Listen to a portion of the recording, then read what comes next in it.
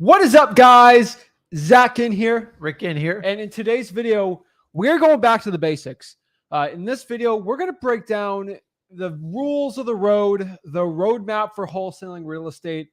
We're bringing it back to the basics because so many new wholesalers, beginner wholesalers, so many experienced wholesalers are making very, very, very big mistakes that the average guru, influencer, coach person is just not talking about.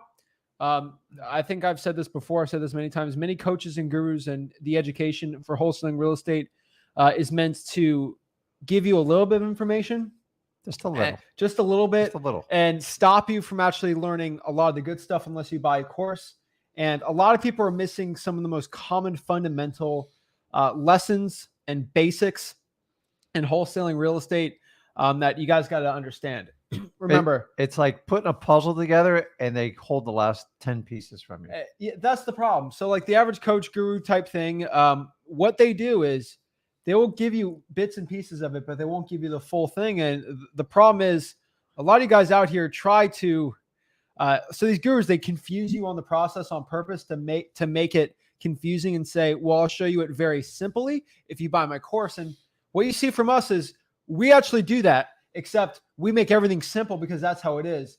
And a lot of you guys overcomplicate a lot of the processes. And honestly, if you follow the rules, the wholesaling real estate that we give to you, it's very hard not to be successful. There's common rules to the road in wholesaling real estate that a lot of people aren't doing. It's actually ridiculous. So in this video, we're going back to the basics today, baby. We're going back to the basics, and we're going to break down a lot of everything you need to know about wholesaling real estate.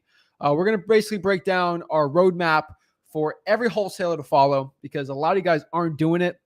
And sometimes people need refreshers, and maybe this is the first time you're hearing it. And we're going to simplify a lot of the problems. We're going to go over the common issues people have in wholesaling real estate and how if you follow the rules, you're not going to have a problem. So guys, we're going to break it all down today. We share everything for free. We're going to show you everything you need to know about the entire wholesaling real estate process. So do us a big favor.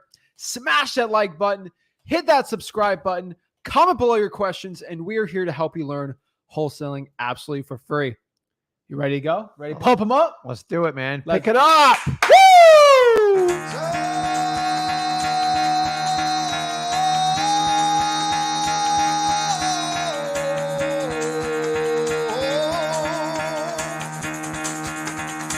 Get the fuck out of bed, bitch. Go.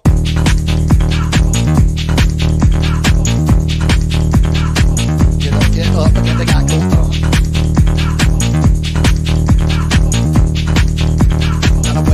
Time to wake up, bitch, get up. Get up, get up.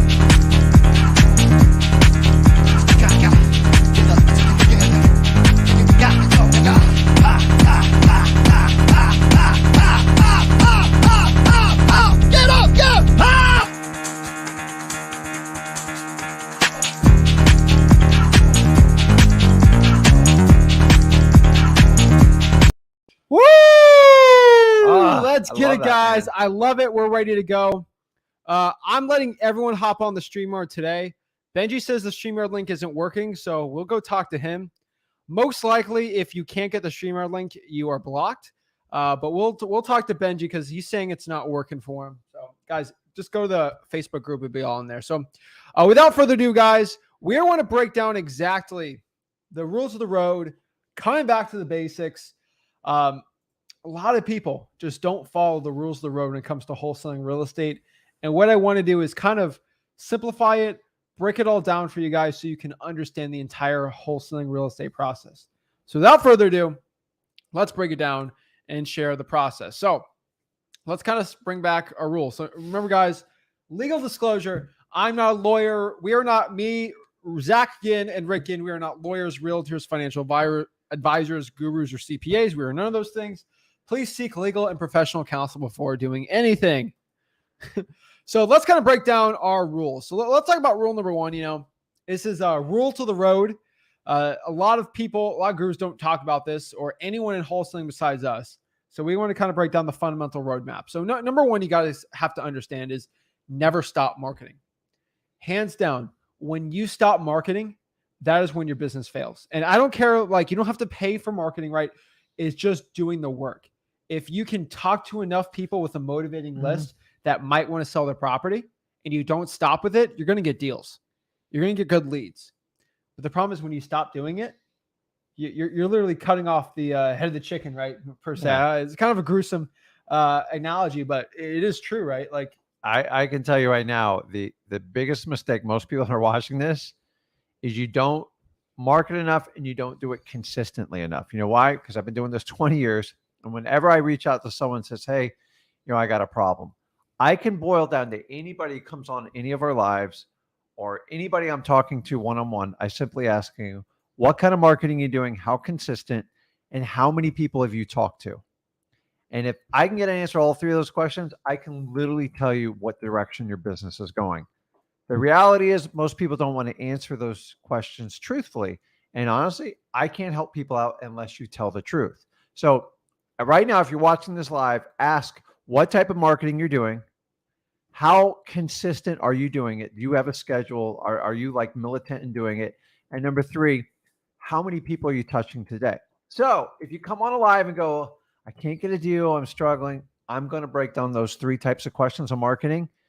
And honestly, if you give an honest answer, I can help you out. If you lie to me and Zach, I can't help you because I don't have the details. But honestly, most of the time, the reality is you're just not talking to enough people because in the beginning, you have to talk to as many people as you humanly possibly could. I don't care, text, voicemail, in person, whatever it is. The more you talk to, the higher your odds increase and the more experience you'll get in doing it. If you think you're going to talk to 3 to 5 people a day and get a deal, I'm going to tell you, man, you're in for a rude awakening. but on the other end, you don't have to talk to 5,000 people a day either. And that's the whole other thing on this is I'm here to tell you, like, guys, listen to me. I've been doing this 20 years. The evolution of gurus really in the last 10 years, really in the last 5 years is this blitz, 30,000 leads and all that. I'm just telling you guys, it's hard to do that when you're just starting out wholesaling. You need to focus on just getting started, meeting with as many motivated sellers as possible and getting your first contract and then ramping it up to 6 figures. That's it. Do not look at a system where you're going to go. Listen, here's the reality. If you go to any type of seminar, 2 and 3 days, I promise you, you're being worked over. Dude, I've been at the seminars. I watch everything that happens. They are there for one reason, to cover their cost and make a ton of money on you. It's just the truth. Why do we cut? Why do we not do seminars and stuff? Because we just straight line you. We just give you the stuff you need. Do you want all the fluff stuff? I'll give you a boat ride. I'll take you to a nice dinner, but I got to charge you then. So me and Zach give this for free. We cut through it. If you want the pomp and circumstance, you want someone on stage to brag about, I did 20, 30 deals last month. Who cares? I'm telling you, if you're starting out and someone's trying to sell you a system where you're going to process 30,000 leads, I guarantee you'll be overwhelmed and you'll be hooked to that guru forever because it's going to take you years to figure it out. Get started in wholesaling, get a few deals under your belt, get some money in your bank account, get to 100 grand, and then we can solve a problem for you. But 90% of the people never get to that. They try to do the big business right off the bat. And I'm telling you, it's super sexy. It sounds really good, but the reality is it's going to set up all beginners for failure. So take the information, do the marketing, follow through the three simple processes of wholesaling. Okay, guys, I agree. It's marketing, acquisitions, dispositions, and you need a process to get through it. And here's the really cool part. This isn't like school. You're not going to spend 4 years studying how to do this. Honestly, in 5 to 7 days, actually tonight, you could be calling someone and finding someone that's motivated. Remember, in wholesaling, I'm here to tell you, it's never the smartest guy or gal. Okay. So listen, if you're smart, great. It'll make it better for you. But sometimes really smart people overthink it. Okay. Yeah. You have to understand that. It's just connecting with motivated sellers. The money is in locating the people. It's not in the like crunching the numbers and doing the comps. I'm telling you, I've made more money by locating motivated sellers when I had no idea what I was doing. And that's all we're trying to get you to connect here today. I agree. At the end of the day, you have to just, you can't stop marketing. That is always my biggest issue I've always seen. Never stop the marketing. It's crazy. And at the other end, if you can just don't stop the marketing, but also don't act like you have to have a system to market 30,000 leads a day. You don't need It's 30,000 ridiculous. leads. You're never going to get through them, and you're going to waste your money. You need to get a good, precise list. Guys, we beat lists to death. You know exactly where to go. We tell you exactly for free. Here's the deal is, I can't do the work for you. Zach can't do the work for you. This is the part you have to step up and just do it. Is it painful? To a point, but let me ask you, is it any more painful than what you're doing right now? Exactly. And guys, you see the bottom right here, freewholesaling.com. Like a lot of the stuff we teach is at freewholesaling.com. If you want to learn the nitty gritty of it, what we do is give you a lot of the great information today, a lot of the lessons and stuff, but the real implementation stuff, there's two ways. Either you watch the course and you learn what you should do. What I recommend, which is literally a $10,000 option you get for free, talk to me one-on-one about your market, and I can give you a one-on-one game plan of what to do. Like, for example, like Jason. I was talking to Jason. Jason was complaining about West Palm Beach market, right? Not complaining, but like, what do I do, right? Yeah. Reverse rank for dollars in West Palm is probably the best thing because it's such a weird, saturated market, right? I talked to one-on-one. I said, hey, get below the median sales price. The median sales price in West Palm Beach is $400,000. I gave him a one-on-one game plan because he just wanted to talk to me one-on-one for free. We don't charge for this information. We give it to you for free. So like, that's why I tell everyone, go to Wholesaling Houses for Real, the Facebook group. The link is on the top and you can join and talk to me. Cause like I gave Jason a one-on-one game plan on what to do. It works, guys. It works. We're trying to help as much as we can. So guys, never stop marketing. That's always the biggest one. Let's about number 2. Always condition the seller. Why do I always tell everyone to condition the seller? One of the biggest complaints I get, Zach, I talked to the seller and he said maybe, and I lost the deal, or how did I lose this deal? This is crazy, guys. At the end of the day, time kills all deals. That is the absolute truth about wholesaling real estate, right? And more than half your deals will come up with an excuse at the end. Yes. And I'm here to tell you, when I started wholesaling, I didn't have this problem. So I'm not going to be a hypocrite about it. Yeah. Like there weren't a lot of we just solved problems. But now the age of the internet, tons of people doing the same thing you do. Saturation. You've got to understand. So if you do it and your competition does it, you have the leg up. Guys, if you do not condition them, you are going to waste a ton of time. I'm telling you, I would never, ever have a wholesaling. Me personally, anybody on my team or anybody I train, if you don't understand this piece, you're going to give away at least 50 to 60% of your closing ratio. Guys, at the end of the day here, we are giving you information right now. And I'm saying this humbly between us, right? We don't have, like, if you look at all the other wholesaling YouTube channels, we are not close to being like the biggest one. I don't care about the big. I just want to help you guys get your first deal for free. We want to be the most effective. But here's the thing. That means most of the wholesaling industry doesn't watch us. And guess what that means? When you learn how to condition a seller, nobody else, I'm putting this on the spot. There's not any YouTube channel. I'm on 95% sure over 1,000 subscribers that talk about conditioning the seller. Maybe behind closed doors on the $10,000 boot camp on the yacht, right? But we're the only ones actively giving free information and teaching about conditioning a seller, even though that's behind every single guru thing. Remember, nobody's conditioning their seller. Nobody. Most of the wholesaling industry isn't. And the ones that actually do are the ones that are becoming successful. So remember, if you condition your seller and do what we say, most wholesalers in your market aren't watching us or don't even know who we are. Guess what that means? That you could have a leg up on all of them. And you're the only one that conditions the seller when there's 5 other people. You're going to get that commitment from the seller and you're going to get the deal.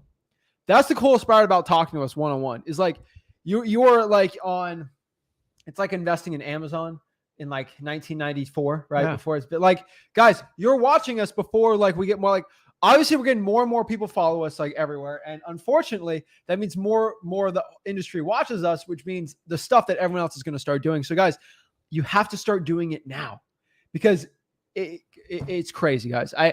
I'm telling you, in 3 or 4 or 5 years, Benji, Leonardo, Dakota, Brax, everyone like behind here, even Jamie behind here on right here, they're probably not going to be able to talk to us one-on-one if we have that many people, right? Right now, we're able to do it. This is the perfect time, guys, to do what we're saying because nobody else in your market's doing this. That is the reason why we're so passionate right now. Because think about this, guys. I have fought your fight for 20 years, literally by myself. Do you ever wonder why, like Rick and Zach, we're not really associated with any other guru?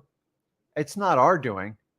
It's just because we do things different. We do everything differently than the entire industry. No, we do what they do, but they charge 10 grand for it. No. But we actually do. This is what we do. I just cut, like, I said, listen, let's just be ourselves and show them exactly what we do. And like, well, no. Everybody told me you got to charge for this. You're going to screw up the industry. I'm like, that's what we're going to do. I'm loving screwing up the industry. So think about this. If you had to climb like Mount Everest, and by the way, I haven't climbed Mount Everest and I don't really ever plan on doing it. Wouldn't you rather go with a guy 20 years experience and then his partner that's 25 years experience? A Sherpa. And then here's the really cool part. You ain't got to whip out your credit card. I will get you to the top of the mountain, but I cannot walk you up there. You're going to have to use your feet. You're going to have to use your mind. So many people are like, oh, what do I do? Go through freewholesaling.com. And here's a little key, guys. If you want, we can ramp this up. I can tell what percent of the modules you've actually spent time going through, but I don't know what you've actually absorbed. So a lot of the questions, a lot of the stuff's in there.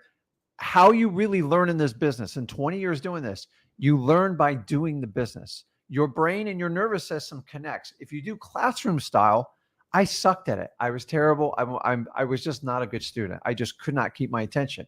So if you're a lot like me, I'm just telling you, read the modules, cram it in, and just start going. You don't have to go all the way through it. We kind of systematically started. We start out like marketing. You connect. Guys, by the time you talk to a motivated seller, a lot of times 30 or 60 days or even 90 days goes by. So you don't have to wait till the end to start. I think we talked about this. It's complicated for a lot of people. Here's the thing, and this is the truth about wholesaling education. FYI, I recorded a video yesterday. I literally exposed the whole education industry. I mentioned some things I probably should have not said, but that's going to be on the Zach Ginn channel next week or the week after. That's going to be a fun one, FYI. Rick recorded a wholesaling. I'm not going to break it down, but we got some cool little mini courses on Rick Ginn's channel. So make sure you guys subscribe to the Zach Ginn and Rick Ginn channels. We're doing exclusive content on it. Rick's actually breaking down a personal story, how you made your first 100 grand, right? Yeah. First 100 grand, every single deal he did, he's going on the Rick Ginn YouTube channel. And then I'm doing some other crazy stuff. So guys, but FYI, like that was a quick plug there. Here's the thing about wholesaling education. I'm not going to break down that part I said in that video on the Zach Ginn channel, but here's the one thing. If you are 400 pounds and you want to lose weight and you're obese, if I could legit tell you, eat 1,000 calories a day, I don't care what you eat, just 4 cookies or whatever. Yeah. Like that sounds that, good, but that's actually. but the problem is it's like, it sounds good in the theory, right? Like I can tell you what to do. Most people I can tell you, hey, eat a pound of chicken a day. That's all you like. I can tell you what to do. The problem is a lot of you guys aren't going to be doing it, or, you need the game plan, right? The same thing, it happens in wholesaling real estate. You want to get jacked, or you want to be able to squat 300 pounds.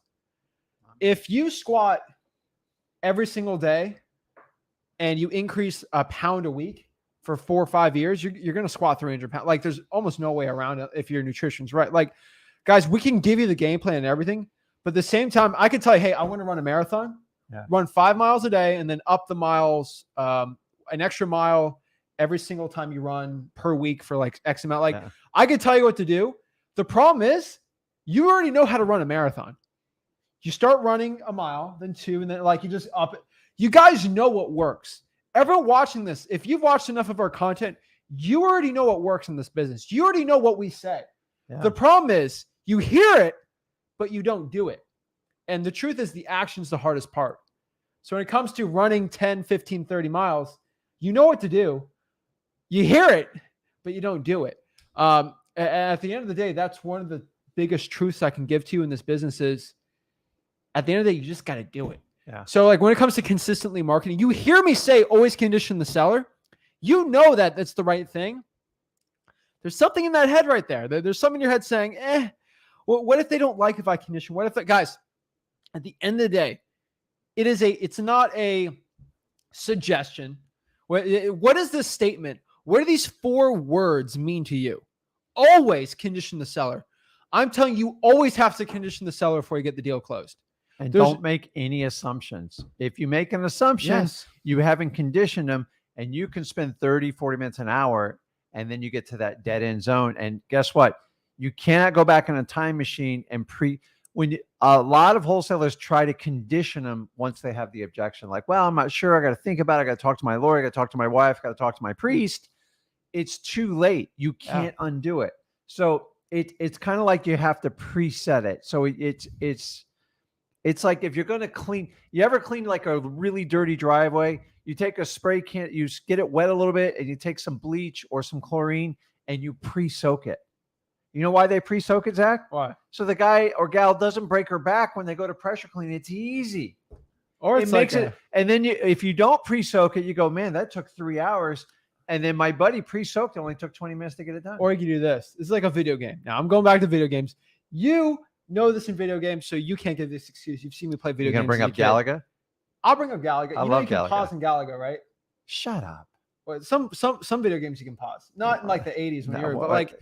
like all right, let's say you're playing a video game, right? Yeah. And you're going against somebody in this video game, right? You can pause it? Now you can't. But like there's different type. Nah. Now if you want to do true Galaga, you can't, but Yeah. let's call this for example, right? It's like you're playing a video game and you're going against the other person. You're kind of negotiating, right, in a wholesaling deal. You can have guess the worst thing. You're getting ready. You have the right attack. I'm like, okay, I got you on this video game. Ready? And I'm about to do it. What if the person hits pause? They think about it. They can do whatever they want. And then they click unpause. And then they get to click unpause whenever they feel like it. Mm-hmm. You don't know when they're going to unpause it. You're screwed, right? They have the advantage now. Yeah. Same thing when negotiating with the seller. Because you're negotiating with a seller, that seller at any time can hit the pause button. What's the pause button? Oh, I got to think about it. Let me call you back later. Right? Yeah. They can control the negotiations. They can stop it and say they're coming back any day. You can stop the pause button by making sure they're ready to make a decision right now. They can't leave, right? They can't they can't get out of the situation. It's like when someone's played tag and they're like, pause before they tag you. Yeah. And then they move away and then hit unpause. That's what your sellers can do because they're going to hit pause. They're going to talk to 50 other people, and then you're not going to get the deal. That's why you have to condition the seller because that seller can at any point just say, I'll think about it later, and boom. That's why you always got to condition. Guys, I would not. The biggest change I've done since I started back in 2003 and now is the conditioning of the seller. You know why? Because I got frustrated with people just sitting in the friend zone with me. So we came up with the concept, tested out, and then we were doing it randomly. And then once we switched to consistently, it was great. It's like an insurance policy. It's like if you got a big, beautiful property and you own it for cash on the water, like it's a little risky without an insurance policy. And I'm telling you, if you guys aren't doing this, check it out. The whole thing is in freewholesaling.com. Me and Zach have beaten it to death, but I'm telling you, it's basic. Guys, here's the really cool thing about wholesaling. It's actually really easy. It's simple. I find that most educators in this business complicate the heck out of it because the more sophisticated and complicated you make it, the more help you think you need and the more you're willing to pay. So if you understand that going into it, you just need to get the core materials to get started, okay? Like in math, once you learn your basic multiplications, you've got to learn your multiplications to go on the algebra and stuff like that. And so you got to understand the fundamentals. So many people are trying to learn everything. If you just learn the fundamentals, what we're talking about today, stick to the basics, you'll do very well. I agree 100% here. Let's kind of break this down to always condition the seller. Next one is, I've been saying this a lot lately because a lot of people are making this excuse that the market's the thing that sucks. Mm-hmm. When at the end of the day, it's your marketing. I mean, you came back from San Francisco.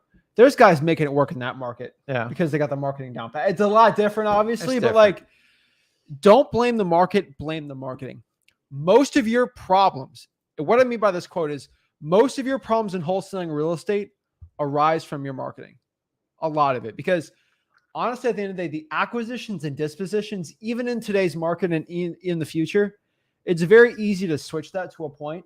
It's honestly the marketing that causes 80 to 90% of the issues with wholesalers, right?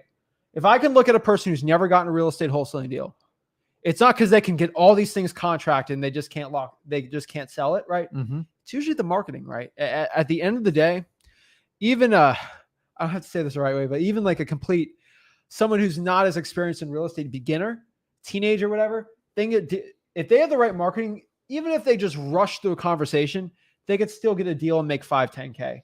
But if you don't have the marketing, you're never going to get a deal. So what I mean by this is your marketing is going to be the most important thing, and where you got to focus a lot of your time at, especially starting out, because it's like more or less baseball to a point. It's the best way to talk about it, right? Because baseball is very similar to real estate investing to a point, except there's only one switch. Warren Buffett says this the most with like stocks and stuff, but I completely agree with him. He said investing, I'll call it wholesaling to a point, is like baseball, except there's no strikes, right? You see a pitch, you don't have to hit it, right? Yeah. Like at the end of the day, you get leads, you don't have to go after every one. And you only have to swing when go on the appointment, swing and try to get that deal when you feel like it. Yeah. And at the end of the day, the marketing is how many pitches are getting thrown to you, right? So if you have 200 pitches, one of them is going to be really good. Like statistically, there are sellers that roll over and are really good deals. And if you market right, it's a lot easier to fix the acquisitions and the dispositions than it is on everything else. And if you're weak on marketing, you tend to hang on deals that you shouldn't be doing. And you try to justify them because you've got no other leads in the pipeline, and then you make bad decisions. So to rectify that, go all in on your market and keep it going. You're going to have some ups and downs, especially everybody operating by yourself. But when you stop completely, that's when you create the problem. So you got to make it a priority to keep that ball marketing juggling the whole time, because it feeds the other two parts of wholesaling. Yeah, hands down. So that's very important, guys. Next one here. This is my favorite one. Excuses will destroy your growth. If you're constantly making excuses of why this isn't working for you, this is going to be one of the biggest issues in American society in the United States, or basically entrepreneurs in general. I've had the opportunity to know a lot of millionaires in real estate wholesaling. You too, right? Yeah. How many of those millionaires make excuses? Very rare. They don't. You can't. I'm here to tell you guys, excuses as an entrepreneur in wholesaling, nobody cares. And honestly, when people tell, I'm just at a point in my life when people give I love helping everybody on the lives, but if you're going to take 5 minutes and take 3 or 4 of the 5 minutes and complain, it doesn't help anybody on the live. It definitely doesn't help you. And me and Zach can't get information to help you out. So you can present a problem, and then if you could present your solution and then use me and Zach as a gauge to say, okay, I would do it like that. But when you go, hey, my market's saturated, Zach, I don't know what to do. That's my favorite, because it's like, guys, listen, that's not a Zach and Rick questions. Dude, I'm in South Florida. I've been doing this 20 years. All I've seen is saturated. It's all I don't care. I'm blinders. I look the other way and I just keep doing what I'm doing. If you accept your own excuses, you will get killed. And then you'll start taking other people's excuses, and it builds. It's like a muscle. You have to do it the opposite way. If you ever start a sentence with but, try, I work so hard, it doesn't register in wholesaling. There's only one type of excuse you can ever make. And I'm sorry to say, it's the only thing that's true. It's when you talk to an athlete or whatever. Why can't you go practice today? I tore my ACL. Yeah. That's the only, only athletes kind of have excuses, because there's really bad injuries that stop you from doing something. Every excuse I hear in real estate wholesaling is with this, not with the body. It's with the mind. And at the end of the day, every successful most millionaires in wholesaling don't make excuses, but the ones that fail always have an excuse. Always. So do this exercise. Always. If you're around friends and family, and now this doesn't have to be wholesaling, and they just start excuse after excuse, start to recognize it, because you do not want to start circling that drain of excuses. It's a big part of society. Oh, I can't do this because of this. I tried, but because I'm in this political affiliation, I can't do this. In the real business world, none of that matters. You got to get straight to the matter. This is not a government agency. You have to solve it. There is no excuse department. I'm like, dude, just go right down the hall to the bathroom and just start screaming in the toilet. And sometimes you got to do that in wholesaling. Well, but I tell you, I can't tell you how many times I go, man, my market's saturated. I just got my butt kicked. And I turn around one day later and I take home the biggest deal I've ever done. And literally one day, I lost a $60,000 deal. Nothing I did. It's just the family wanted to back out. I had an elderly lady and I couldn't make her close. Dude, let me tell you, I was heartbroken. I was only in year 2 and it was going to be my biggest payday to date. And then I had enough leads to go back and I pushed harder on the other leads. And guess what? I didn't make 60. I made 75 on a contract 24 hours later. And guess what, guys? I started the excuse train. I had people pull me aside and go, Rick, just get the job done. Shut your mouth, get rid of the excuses and get it done. So anybody who has kids out there, dude, kids are the best with excuses sometimes. And if you do not stop it up front, it just builds. And I'm here to tell you, complaining in wholesaling will get you nowhere. You always have to look for solutions. And here's the cool part is you're always pivoting in wholesaling, making adjustments. But you people that go on the internet and go, I tried direct mail and it didn't work. And then 100 other people chime in.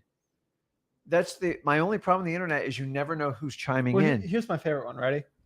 I love it when somebody makes me an excuse because there's only been a couple of people that have given me excuses in wholesaling that I've kind of been not floored by, but like, I don't know much about that. First of all, I've had a guy in Trinidad and Tobago. You know where that is? It's like north of Venezuela. Yeah. Island country, like South Caribbean, terrible internet, $40,000 probate deal. What do you think if he made the excuse? Right? Come on. Like, I got people in Tanzania and Africa that are doing deals. I got people that send me deals. They're doing deals in Nigeria right now. Guys, at the end of the day, it's like, unless you were living in, like, if you're living in the United States, you should have no excuse. Like, my gosh, like it's ridiculous. At the end of the day, there's always somebody in wholesaling that is more successful than you. Yeah. That has gone through so much more. And you'll notice one common denominator that you just don't hear excuses from them. So guys, I did this early. I built up the excuse bank account. You get nothing for it. You actually just, you start to develop a muscle memory for excuses and you keep using it. It's not going to help you. Yeah. An excuse is actually your ego trying to justify that you're right. And I'm here to tell you, what's the one thing we tell everybody? You got to kill your ego in wholesaling. Your ego will guide you the wrong way every time. This is about getting freedom, true freedom. And the only way you're going to do is be honest with yourself. Excuses validate your ego's attempt to sabotage you. Yeah. And tell you, hey, this isn't working. So ego's all insecurity. We talk about conviction. This is where your conviction has to override it and kick your ego's butt. It's ridiculous. So guys, at the end of the day, there's only one person on this earth that can make excuses. And that's the person who is the least luckiest person in the world. There's out of 7 billion people, there's only one person who's ranked the worst, right? No, like that's it. So chances are somebody's in a worse situation than you. There's only one person, I guess, if you rank them. But at the end of the day, there shouldn't be any excuses. There's always somebody in wholesaling real estate, especially like, let's say entrepreneurship in general, right? Mm-hmm. That was born in a worse situation, started out with less money, had a worse starting situation, a worse family life, worse everything, that became way more successful than you in wholesaling. Always one person like that. So there's no excuse out there. And yet I know I'm blessed in my life. I get it, right? But at the end of the day, you got to cut the excuses. Next part here is consistency. One thing I can tell you right now is I have never met a wholesaler that has consistently marketed every single government list, every single month, weekly, cold calling them using truepeoplesearch.com every week for a year straight and didn't get a deal. I've not met one person. I've never met one person that has cold called the for sale by owners every single day, or let's say 2 or 3 times a week for at least, I've never seen somebody consistently cold call a for sale by owner list at least 2 hours a week for a year straight and never getting a deal. I have never met somebody that's driven for dollars at least 100 leads a week for an entire year that's never gotten a deal. I have never met somebody that's never done at least 2,000 direct mail pieces every single month for a year straight and never gotten a deal. Yep. I can go forever on this. I've never met somebody that has pulled every single probate, sent a letter, or cold called them every single month for a year that's never gotten a deal. At the end of the day, I've never met somebody that was consistent that never got a deal. So the common denominator is consistency, makes it almost impossible never to do a wholesaling deal. So just think about that for a second. You look at the top people, let's talk about sports tours. Another example, right? Go talk to a bodybuilder, a natural bodybuilder, no like steroids or anything. If they're really jacked or they got a lot of muscles, right? They were consistent. They put in the work. Like there's no excuse around it. You want to be a champion. There's no way around it. Like if you want to get muscular, or you want, actually, let's do this easier because you take steroids and stuff. If you want to run a mile in under 9 minutes, right? If you constantly run a mile every single day, it's almost impossible not to.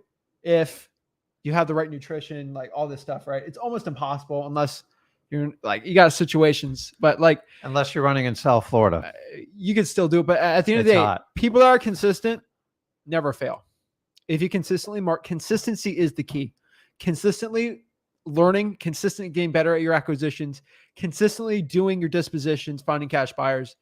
Consistency is the common denominator to success in this business.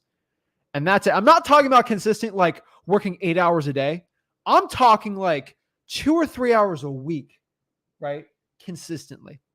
The man or woman that cold calls in 2 hours a week for a year straight is actually more successful. So what is that? Let's say a person that does 2 hours a week for a year straight, let's call it 100 even though it's really 104. That person does better than the one person that cold calls 100 hours in a week, right? Yeah.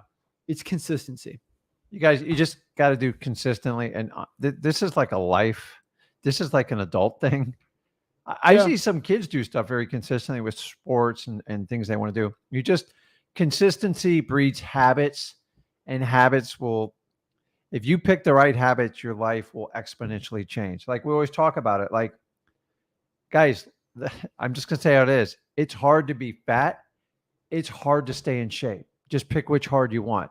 It's hard to be poor. I've been through the struggle. Oh, it's hard. And it's hard to be rich too. You get different types of problems. You just got better ways to solve it.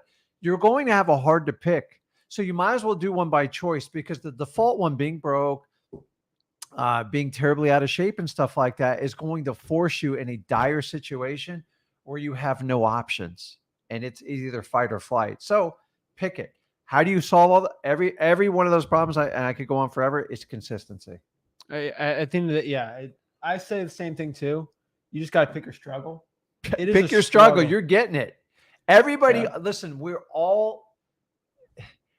all on the same planet. Listen, I know everybody, but everyone's got a story. Everyone's got a struggle. I've had struggles. He's had struggles. All had struggles. All have stories. And a funny part, you're like, hey, Rick, the hell are you doing wearing a long sleeve shirt? Nobody's asked me yet. I'm kind of shocked. Like in the last 24 hours, I've been to 2 funerals, completely unexpected, of people I know well. And I had my 26-year anniversary today. But here's the beauty is, by me running 20 years wholesaling, I can pick and choose and spend time with families that need it, like last minute stuff, and spend time with you guys, because I truly love this stuff. If I had a 9-to-5 job, this wouldn't even be possible, or would be brutal for me. I'm here to tell you, life is short. Make decisions. If you're very frustrated and you're stuck where you are and you like wholesaling, guys, give it a shot. I'm here to tell you, it will change your life. And here's the really cool part. You can always go back to what you're doing before. I guarantee it will sit there and wait for you the entire time. Life's short. You only get one life. Make it count. 2 funerals and an anniversary. I don't know if I'm coming or going today, but like, I'm still jacked up. I enjoy helping people. I love doing wholesaling. I love running the business. I love working with my son, and I'm able to do that because I'm consistent. Sorry about that. Go ahead. It's true. Congrats. 26 years. 26. Let's do the math real quick. I'm 22, 20. Okay, we're good. All right, just doing the math in my head real quick. Just kidding, guys. I'm busting his chops. But shout out to Mrs. Ginn, my mom. Yeah. I'm nowhere as the man I am today without her. So I might cut out a little bit early today because I've got some other obligations. I was going to say you're going to go to Minions Red and Groot tonight. That's why you're dressed up. But where? It's a meme. It's a meme. A meme. Gentle Minions. Yeah. I call it's a meme. Memes sometimes. Oh, I'm showing my age, man. But guys, at the end of the day, consistency is key. I'll say this to the end of the day, like 26 years you've been marriage married. is pretty consistent. You've been married right? 26 years. Yeah. I mean, having a relationship, I could give a course right? on that one. but like like you don't decide to wake up one day and say, I don't want to, you know what, today I don't want to be a husband. I'll be a husband. No, guys, you got to show up even if you don't.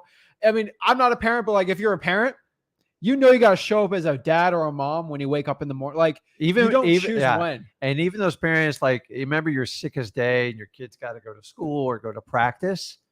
Like, you don't get time off from being a parent. I'm here to tell her, wholesaler, if you do it right, you can pick and choose and take care of like whoever you want. But it's like, to me, like, your core values should come out in your wholesaling business. And I'm hoping consistency is part of it. So that's why I've been married 26 years, because I do value family. I do value in structure, and I don't preach it to anyone, but like, it helps. It helped develop him. It helped with my daughter, and it just gives stability and comfortable knowing the people around you care the most about it. And that's how we operate here. So I'm completely transparent. Crazy last 24 hours, but guys, life constantly changes. And with all the life changes we talk about, that's why so many wholesaling deals come about. I've had plenty of struggles in my life. I just don't share them because I don't think it's I don't add those struggles in my life as part of my story. I mean, there are struggles that we can always mention, like starting out broke in this business, Dude. Other thing, but like, I don't have that as a comment. Like, that's not my personality. That's not my story. My story is how I went over those struggles. Mm-hmm. At the end of the day, like, I can tell you right now, your struggle is not going to be your thing. So shout out to Robin. Now that's consistency. Shout out to everyone. Congrats. Consistency is key. Marlon did the math too. It adds up. Yeah. Guys, that's the key part, is like, whatever your core is. I always tell you, find your superpowers and have it come out in wholesaling. I value family over anything else. Everybody else should. Not everybody has that. And like, that's okay. And it comes out in my wholesaling. I care about people. I try to help them out. I've taught them how to do it. You know, my daughter is in the medical field because she cares about people. Like, we all care. And you don't have to be this. So many people out there training you to be someone that you need to be. You don't need to be like me. You don't need to be like Zach. You just need to be you. And when you're you and you don't have to change for somebody else, all you have to do is work on the consistent habits that make you better every day. 1% better every day. Amazing things. If I think I've had a lesson over the last 20 years, and I can share it with you and it'll help you, it's great. But I only stick to real estate just because it's what I'm good at. Yeah. At the end of the day, guys, like, this is another thing we didn't put in this presentation, but I'll tell you right now, your superpower is yourself. I'm telling you guys, if you want to be successful in this business, you do not have to close like Zach. You don't have to sound like me. You don't have to sound like him. I think the one thing you guys should take away is when you see the live streams from you, the way that we close our sellers, the way he closes is completely different the way that I close. Now, we're different. But we come from the same school because I kind of learned from him, right? We condition every seller. Yeah, we condition every seller, but we condition in different ways. Yeah. You know, at the end of the day, we have the same fundamentals, but we just do it a different way. One's not better than the other. What fits yourself. And my personality might not jive with the way that you will say something. Mm-hmm. And what I say might not jive with the way that you do it. But at the end of the day, we get the same thing done. The key here is be you. If you are not comfortable going out here meeting with a seller, do a virtual. Like, I don't care. At the end of the day, you still have to have conversations. Yeah. You can change the way you do your seller closing. It doesn't affect the script too much, but you got to be yourself. At the end of the day, I've seen so much of the industry trying to, like, you know, here's a clothing line of my favorite guru with a symbol, and I want to be like this person to emulate that. Guys, you know that's what a cult does. That's a cult thing, right? I'm trying to emulate my leader. The jacket and hat thing, dude, is tired, man. It is tired. Well, let me tell you, you see somebody wearing a jacket on stage or like a hat. You won't even wear a jacket on your anniversary. I already told you. It's funerals and weddings. Unfortunately, I had to do like 2 of them. And it's like, well, you know, I'm already dressed. Take the wife out. But it's like, I don't understand it. Like, I don't wear I don't even wear Flip with Rick t-shirts. Like, what's the point? Like, I'm not here to sit here and promote it. I'm going to help out as many people as I can. And staring at a Flip with Rick t-shirt is not going to make you a better wholesaler. Make you look better, though. It definitely will. But guys, at the end of the day, you have to be yourself. You are going to be the thing that's going to give you results. And that's big. So let's talk about the next thing here. Kiss. KISS. This is a simple acronym. Keep it simple, stupid. We're not calling you I stupid. got a little concern there. Oh my gosh. You're the Go one who ahead. did it. But guys, at the end of the day, you got to keep it simple. Everybody in this real estate wholesaling industry, they really complicate it. Oh my God. If you look at real estate in general, it is actually really it's really simple.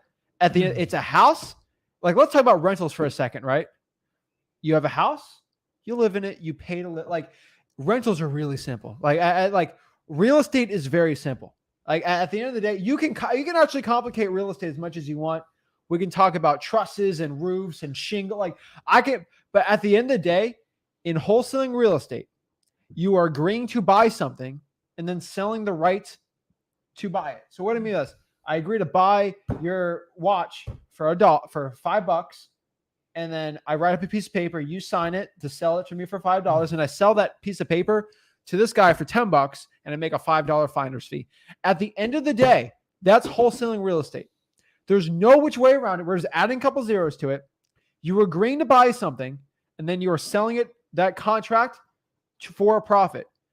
People like, Zach, I did a reverse regressional analysis of this deal, and I did the ARV, and I multiplied it by this percentage, and then I put another factor to the factor of 4, and then I added and then divided by. Guys, you guys really complicate. At the end of the day, I can't tell you what's going to work and what's not going to work. You just got to try it out. You know what my pet peeve is at? Like, KPIs, which stands for key performance indicators. They're important. When they first came out, we all kind of had our natural ones, and then we started sharing them.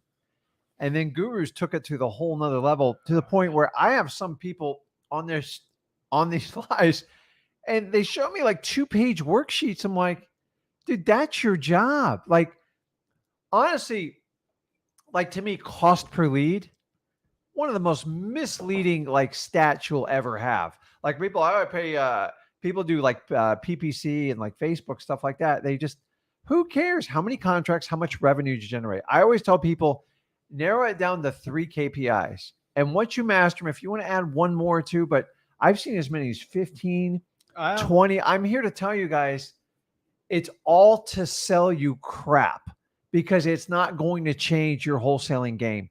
You just need to know how much money you're spending on marketing, how many leads you get from it, how many contracts you wrote, and how many you closed.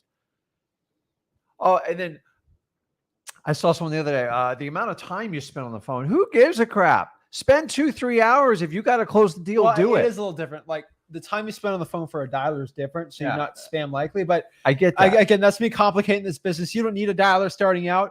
At the end of the day, a lot of you guys overcomplicate it. What is the most common issue with people complicated that they always come to us, right? I don't know what to do.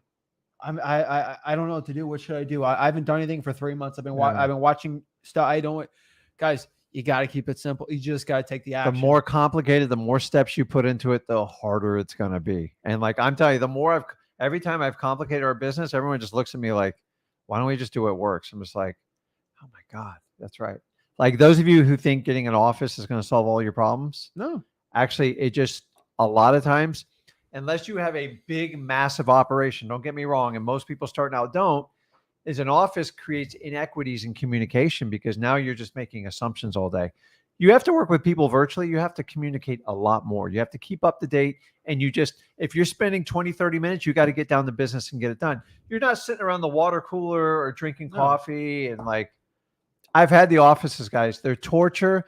They're revenue stealers. Unless you're running like 15 million plus a minimum, it makes no sense to have an office, because the amount of employees you're going to have to manage it it's going to tear you up. Guys, you guys got to keep it simple. So I'm just telling you, I keep it simple. All wholesaling operations should be run virtually, unless you have the years backing and that's your passion to do it, then do it. But in the first 5 years, getting an office is a huge mistake. It's the biggest problem I see, because what's an office going to cost you? Let's say $2-3 grand a month, right? It's not even about the cost. No. It's the time. $3 grand a month. Yeah. Times 12. Let's say 40K a year, right? For an office. Like more than that. It's probably going to be more than that. But let's say you're keeping it real simple, right? Yeah. 40K a year. What would $40,000 a year in direct mail return to you? insane. Like anything. But cold direct- calling and yeah, no, direct it mail would. is simple. Like that's I agree. simple. Like you're just having So those of you that can't do direct Uh, mail, if you got an office, there's your direct mail But what budget. that $40,000 of direct mail of leads coming to you? That would probably give you 400 grand.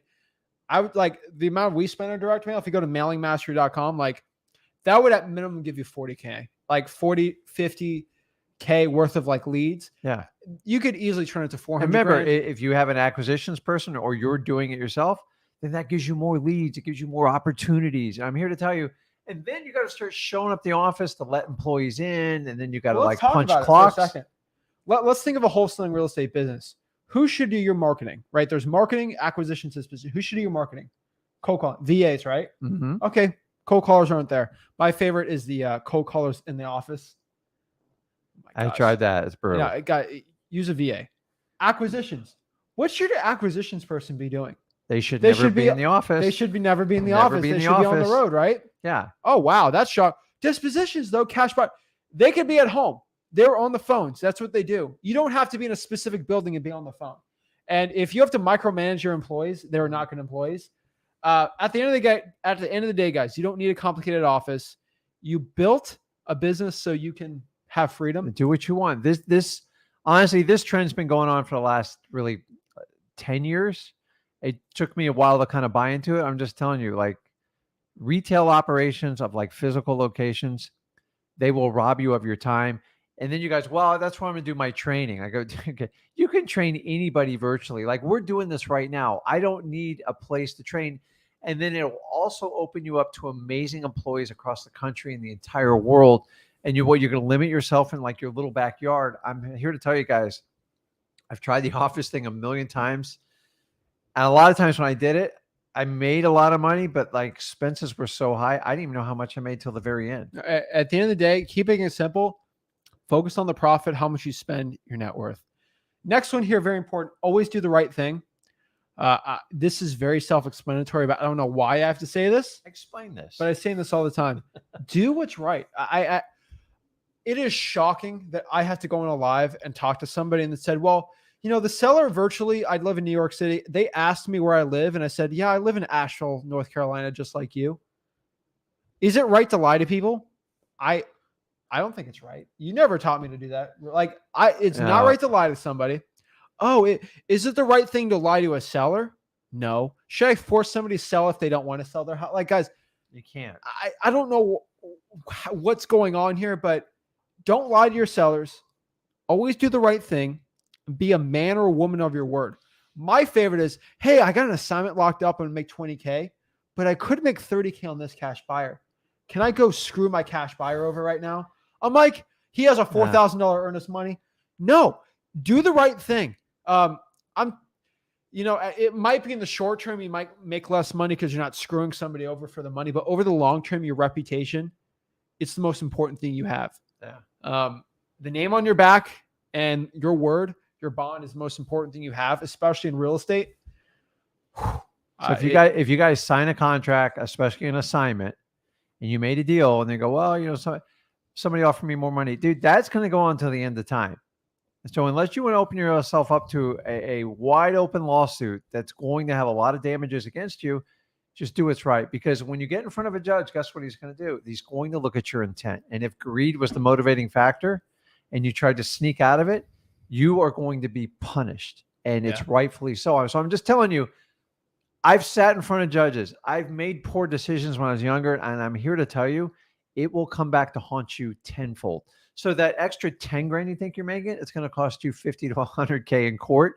And you're going to go back, man, I should have just done the right thing back then. So just like do it. And guys, when you have someone trying to get out of a contract, stop panicking, go through our training and put yourself in the seller's shoes. Just because you have a signed contract, you still have to get them to the closing table. And it's your job and obligation to get them there. So many of you go, well, he or she signed a contract. Yeah. Have you talked to him in the last 2 or 3 weeks? No, I didn't talk. I'm like, you got to do some babysitting in this. So I'm here to tell you, there are some times where you just have to let a seller out. You can't threaten to sue everybody. It just doesn't work. My favorite is people that try to cloud the title that have no money and no intent to actually buy the property. And they're still actively trying to cloud the title. That's Guys, big boy stuff. I've been personally sued for clouding a title of legitimate, and a lawyer found one tiny little snafu. They not only after me, they went after the title company. We settled, but I'm just here to tell you, when you do that, you have to perfect every little detail of But your we've been on the other contract. end where we've sued people for trying to cloud title on deals we locked up Yeah. first, and it helps really well. So, guys, do the right thing. I don't know why we have to mention that, but the one thing I can tell you is treat every single seller as if they're your grandma or something. To a point, like, do the right thing. Guys, just do it. We beat this to death, but I'm just telling you, in real estate, if you don't, it will come back to haunt you, because you might get away with it one or two times, but then now you create a habit. And then if you get employees, you're going to teach them the same thing, and you're going to open yourself up to so much litigation. It's just not worth it. And like at the end of the day, are you really out to screw people? No, you want to help people out. You want to win-win. We constantly have to adjust agreements. Just because you have a contract doesn't mean that's going to be the final number. Sometimes it goes up, sometimes it goes down.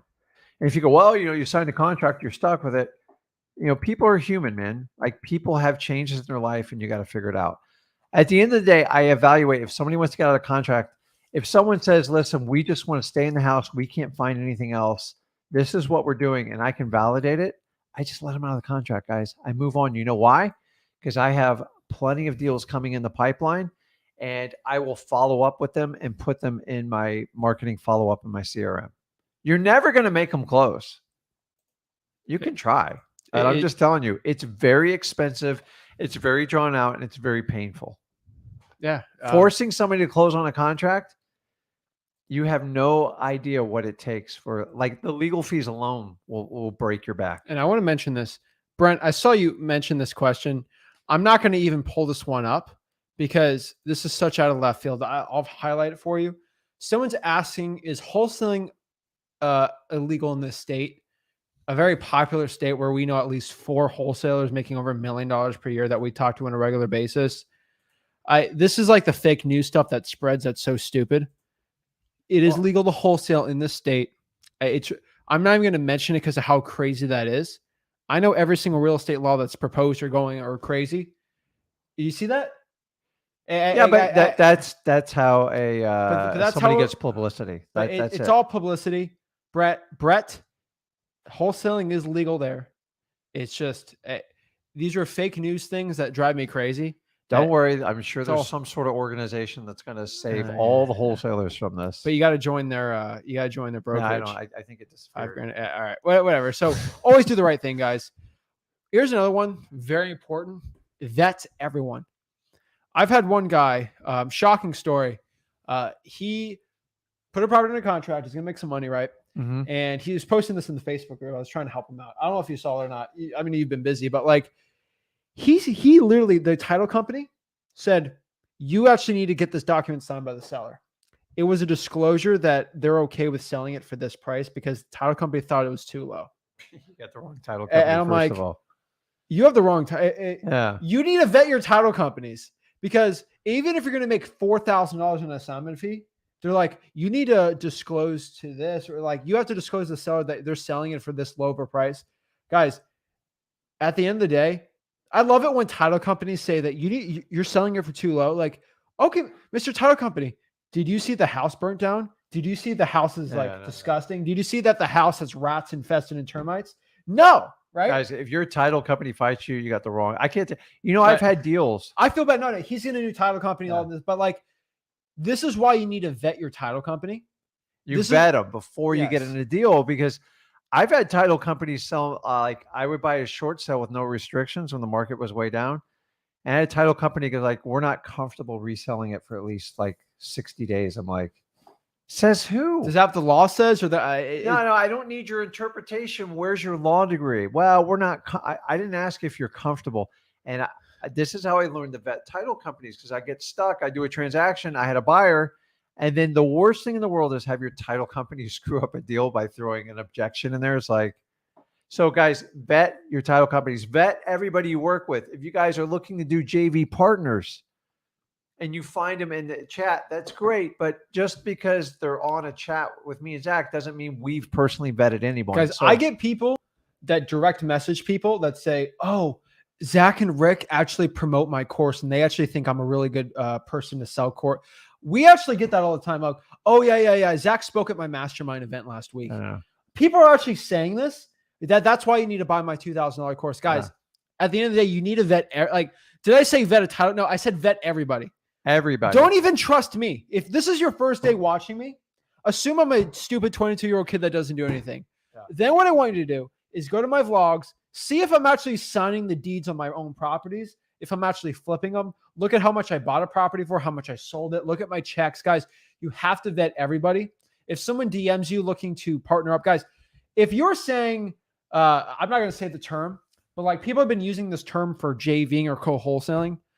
It's like a guru term. I don't like, no, co-wholesale or JV. And if someone's coming after you to JV or something, which I always tell people to JV, vet the person.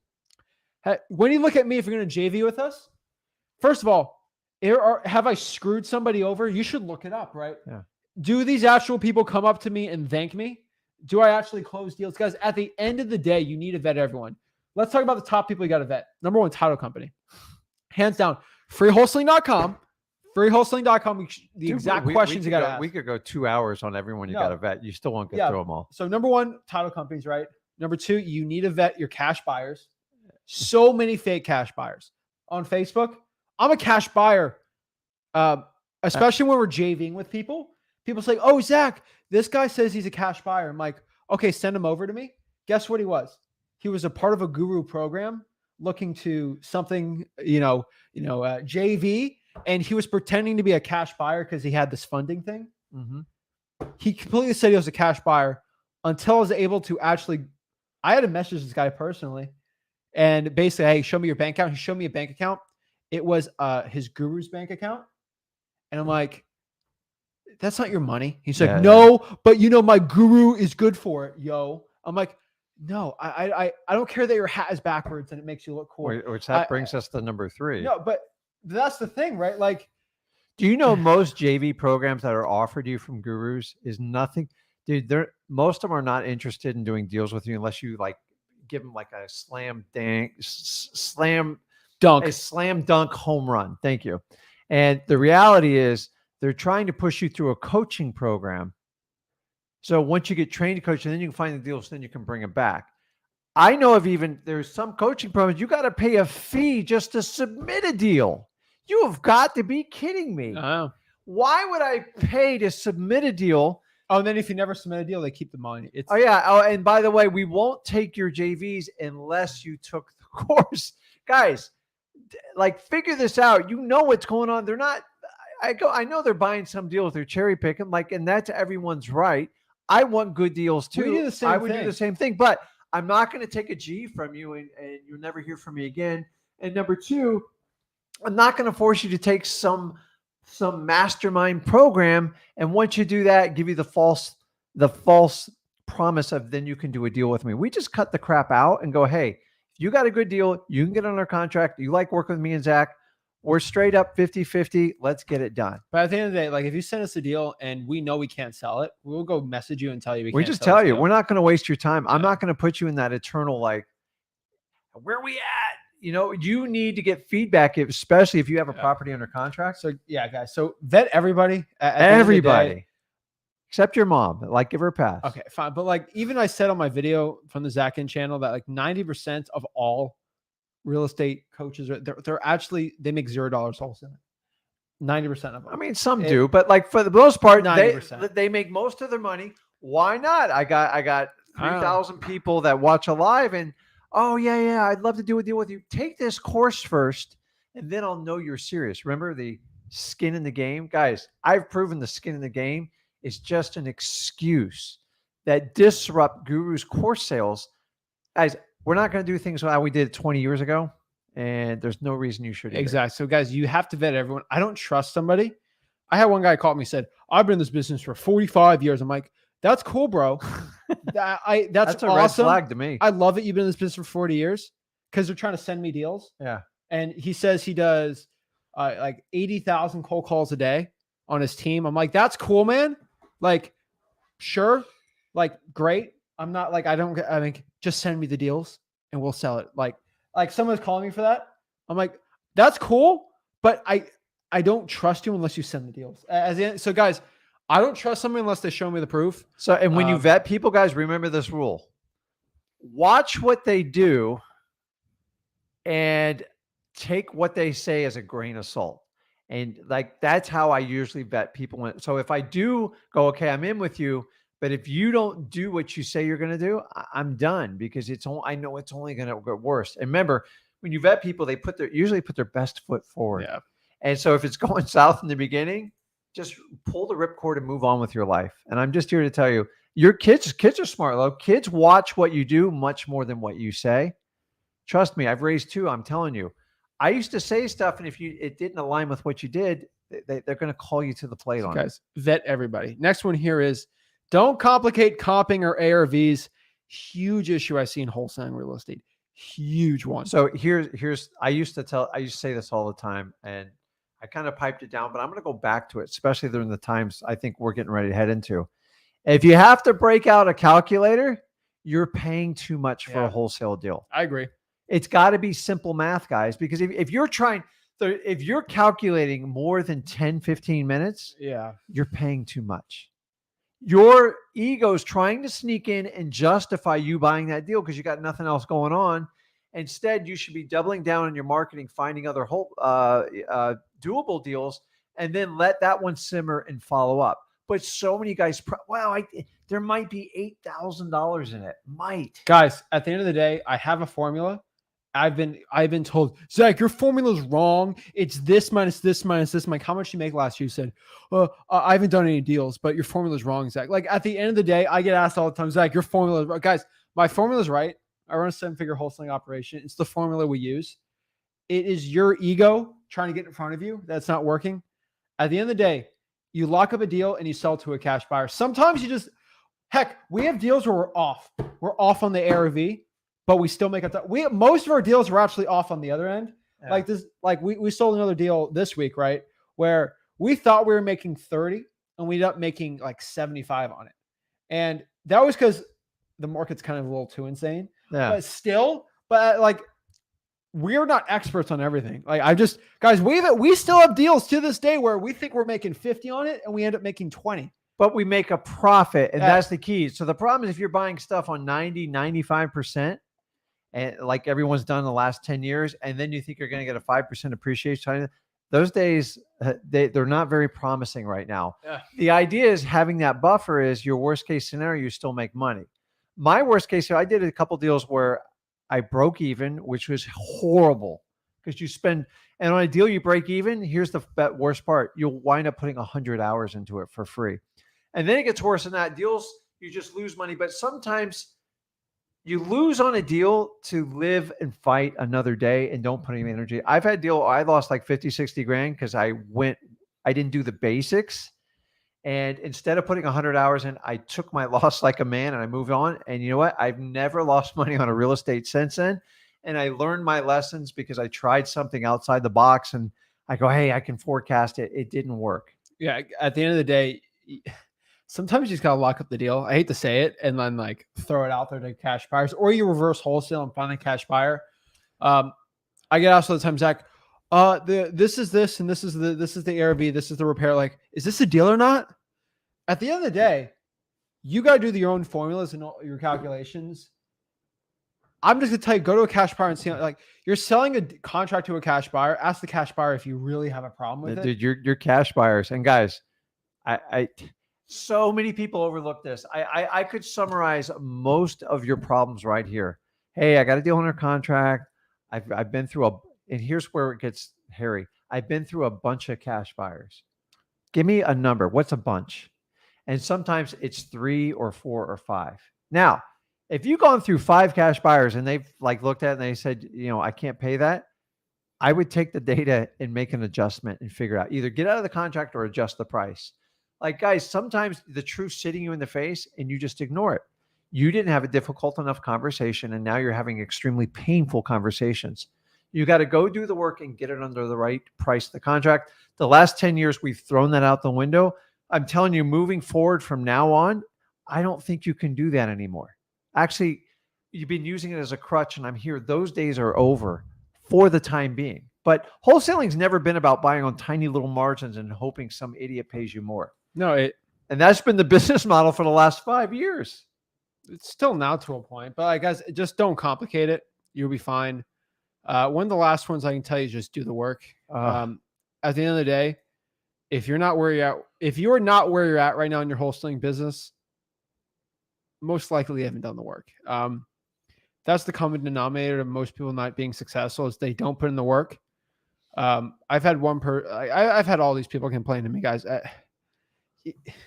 If you consistently put in the work every single day, it's almost impossible not to be successful. You got to put in the work every day. The days that you don't feel like it are the days when you still got to put in the work. It's just like working out. I mean, there's days you just don't feel like it, but like if you're going to train, you're an athlete, you do anything else, you have to develop a certain type of memory. Now you can make adjustments when you have off days. I've had sick days and I've made tons of calls. I've gone on appointments. Like sometimes you just have to suck it up. So wholesaling is the same thing. Like sometimes you'll get in a mood, like I don't want to talk to anyone today. And the guys, I get in that mood. He gets in that mood, but sometimes you just have to power through it. I agree. So many people want to go to the destination and they don't want to do the journey. And I'm here to tell you, if you think you're going to pay someone to skip the journey, everyone's going on the journey one way or the other. That's how you learn this business. Okay. So you got to get some internal scars. I'm not talking about physical scars, but you got to make thousands of phone calls. You got to go on thousands of appointments. And then you earn the right to go, okay, I'm good at this. I enjoy it. And then you have to constantly learn. I'm 20 years in it. I still learn stuff from him. He learned stuff from me. I learned tons of stuff just from you guys. Yeah. And that's the really cool thing about teaching. It's like sometimes I go, I've never heard of that. And I love doing it across the entire country because I get presented snow issues, freezing pipes. Like that's fun to me. It's all new. Yeah, I agree. So guys, do the work. Last part here is sometimes you just got to trust your gut. That's the last thing. Your intuition is actually very, very good. It's usually, I hate to tell you, dude. Sometimes it's wrong, but for the most part, Yeah. like your nervous system gets that. You ever get like that tingling sensation around someone like making you uncomfortable and they're like asking like not stupid questions, but questions that doesn't even make sense. Yeah. It's like move on. So let me give you an example. Like I used to go to a lot of RIA events. I love them. I still love them to this day. Okay. And I just sometimes pop in. I just have a good time. I enjoy the likeness of everyone. But I used to have people come up and they go, you got any cash buyers? You got cash buyers? I need cash buyers. Can you give me a cash buyers? I was like, I'm not talking to you. You can't just take from me. Like they give me such a sick gut feeling. I'm like, why would I ever do business? I don't even know you. I don't even know your name. And you're just taking from me. And those people you have to cut out of your life, period. So at the end of the day, your intuition, when you kind of meet, you have this internal vibe. I think God just gave it to us and he's usually right. And anytime I fought it, it's kind of blown up. You don't want to make assumptions, but if they're saying stuff that's not working, they're giving you the excuse train, or they're just trying to take from you, take it as God's warning. This person needs to bypass you. Sometimes people come in your life for a reason. Sometimes it's for a season. You got to make that distinction. At the end so that's it, guys. Those are the common ones. Give your EMD to the title company. I've had too many people tell me they give the EMD to a buyer more than once. So I have to say that your EMD goes to the title company. So you get that back. So guys, at the end of the day, those are like the rules to the road of wholesaling. If you can take anything, you got to keep it simple, do the work, be consistent. Yeah, guys, this is a simple business. Yeah. Complications are self-fabricated, so you can depend on someone to solve them for the rest of your life. That's how you get sucked in. We teach wholesaling for free. It is a starter point. We can easily get you to 100 grand. I promise you, there's no course that's more thorough than freewholesaling.com. Check it out. Join the lives. Take advantage of it. Get active on our Facebook page. And it's up to you guys. So you guys got two ways to vote. You vote with your wallet, which I've already solved that for you. And number two, you vote with your time. So if you like this and you like working with us, then tune in. Listen, I want everybody to get a deal and I want everybody to get to 6 figures. That's why I don't go in. I'm going to show you how to make 10 million. I'm going to show you how to make 20. I can do all that, but we got to solve this 90% failure ratio in wholesaling. It's because people get pumped and dumped with like ridiculous information. Basics, back to basics. Whenever you struggle in wholesaling, go back to what worked. Actually, anything in life, right? I agree. So guys, at the end of the day, that's what it takes. So we got some live calls. We're going to talk to Benji real quick. Benji. What's going, man? How's it been? Yo, how can you get What's the up? link? What happened? I don't know. I clicked on it and it wasn't loading, but I got it figured out, so it's all right. All right. What's up, man? How can I help you out? Good, man. Good. So remember that deal I was talking to you about on the 15th day, the free wholesaling challenge, the 30-day wholesaling challenge? Remember Yeah, that? I'm trying to think. What city in Volusia is it? Shh. Well, I already. Just kidding. Dude, I ain't got a photographic memory. So guys, when you tell me about a deal, Well, I he promise told me you a call me the city next day. I'll probably forget. Sorry, I was trying to say the city name. It was like one of the weird ones. All right. Deltona. Anyway. Deltona. Yes. Yeah. All right. Anyway, so this deal, it's still going. It has a little bit of a twist in it. So it's the sister and the 3 brothers. However, one of the brothers just got indicted into jail. So Nice. yeah, so she's talking with her estate attorney, and she's gonna give me an answer whether they're gonna get a durable power over him or they're just gonna get a public defender to sign for him. So my question is when I go on the appointment, do I just have her sign, the contract, scan it, and then have the other 3 docu-sign it, or how would that go? He's done more jail deals than I have. Yeah. So like, guys, first of all, I'm here to tell you, when people are in jail, they actually have the legal right to sign contracts, just like a regular they get person. married. So they do a lot of other things too. Okay. The hard part is getting access to them and like going through all the stuff. So like during the last few years, it's been really difficult with the pandemic and everything. So it's What are you talking about? Don't say that word. Oh my God. okay. Anyways, I would ask for this. So do the sisters have a good relationship with him, or is it like they? It's one sister, 3 brothers, and they all have a good relationship. They were Okay. all. So a lot of times I'll ask the siblings to kind of do the work for me.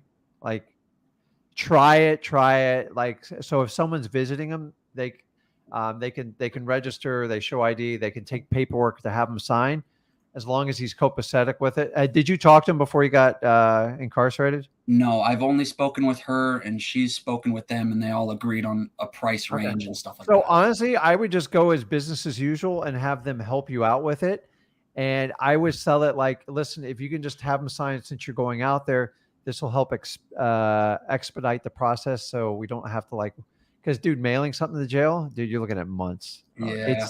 And then couriers can't get in there. So use the people that already have access to them, because I'm telling, when you go, it's not easy. Like you have to set up an appointment usually a week in advance, and then you have to declare what your relationship is with them. They get really intrusive into it, and they're like, "Well, I don't understand. You're buying his house. What's going on?" Right. So try to use the siblings, and I would do it sooner than later while it's fresh on his mind. A lot of people incarcerated in jail, but they don't get a lot of visitors. So like if it winds up being you and he's incarcerated for a long time, they will spend a lot of time messing with you. I've done 15 visits. It's painful. Right. So I'd get him signed as fast as you can. Now you can get all the others signed, and then that puts the pressure on his last signature. So if I had 4 parties and I had one that's kind of holding out, I get the other 3, and then I'll shift my pressure on that one person, because if the others feel they have a deal, you kind of surround the deal and you have it. But guys, whenever you're dealing with someone, especially if they're freshly incarcerated, always work through the family, because you showing up out of the blue, he's going to go, "What are you my attorney? Right. Are you the prosecutor?" Like, right. You can't. So unless you talk to him before, use the siblings and just try to get it signed. Do not try to mail it. Do not try to send a courier service. None of it's going to work. And someone once tried to send like a mobile notary. It's like they're not getting in there either. No. So the sisters are going to be your key to doing it. Now, I will tell you, they might have access to the internet to even do a DocuSign. Let the siblings help you out with that. Okay. So I don't know what rights they get. I know they can check email. I think they have to pay for it though. So Gotcha. Okay. I Yeah, don't know I what called it's her. I call her tomorrow because she said she's speaking with her attorney today. So I'll figure Yeah, it just out. say, listen, if you just help me get your brother's signature, that would help expedite the whole process. And just kind of until it becomes a deal, don't make it a big deal. So many people like Right. incarceration happens all the time. Like there's a big percentage of people in jail that own real estate. So Right. the worst is when they don't have family and then you got to deal with it. It sucks. I'm just Right. like, I'm not even going to hide it from you. So Right. use the siblings. You'll be fine. Yeah.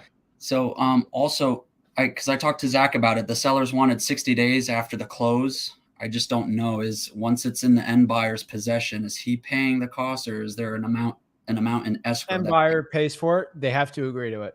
Yeah, it's all negotiable. And if you get a nice price reduction due to that fact, Yeah, the cash buyer won't mind. Okay. If you're in Florida, it's very easy to evict in Florida, so you'll be fine. Yeah, we buy them all the time like that. Gotcha. Cool. That's how we get our best deals. That's true. Yeah. So last question here, because Zach talked about it last time, possibly doing like a double escrow, because it's a fairly large spread if I lock it up right. So I just vetted the title company, and lo and behold, they don't use the buyer's funds to fund both transactions. So I gotta do some more research. But he said you had possible connections as well. So Benji, here's the thing. You said shush about what county you're in, dude. It's better if people know that Benji is the guy in this county. People send you JV deals, man. That's always a big plus. I always scream to everyone where I'm from. Well, as long as you don't scream the address out, no one's as long as you don't scream the. I'm just letting you know. But at the end of the day, you have to network with people, with wholesalers, and figure out what title companies do it, because there are title companies that do it. And sometimes you might have to do one outside the county. They'll do it. Guys, there is a level of, I'm not even going to say the word risk with title companies of what they want to do. Now, what's legal and what they'll do are always two different stories. I've had title companies.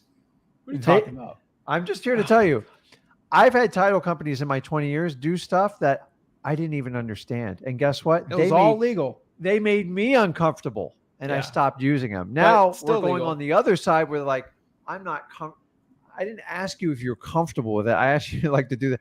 Do not fight title companies. If they don't do it, they're doing you a favor, because I've been at title companies where I've done a simple assignment. I mean, a simple $10,000, $15,000 assignment, and the title company completely blows it up. Like, hey, just to let you know, Mr. Ginn and his company is making $15,000 off of you.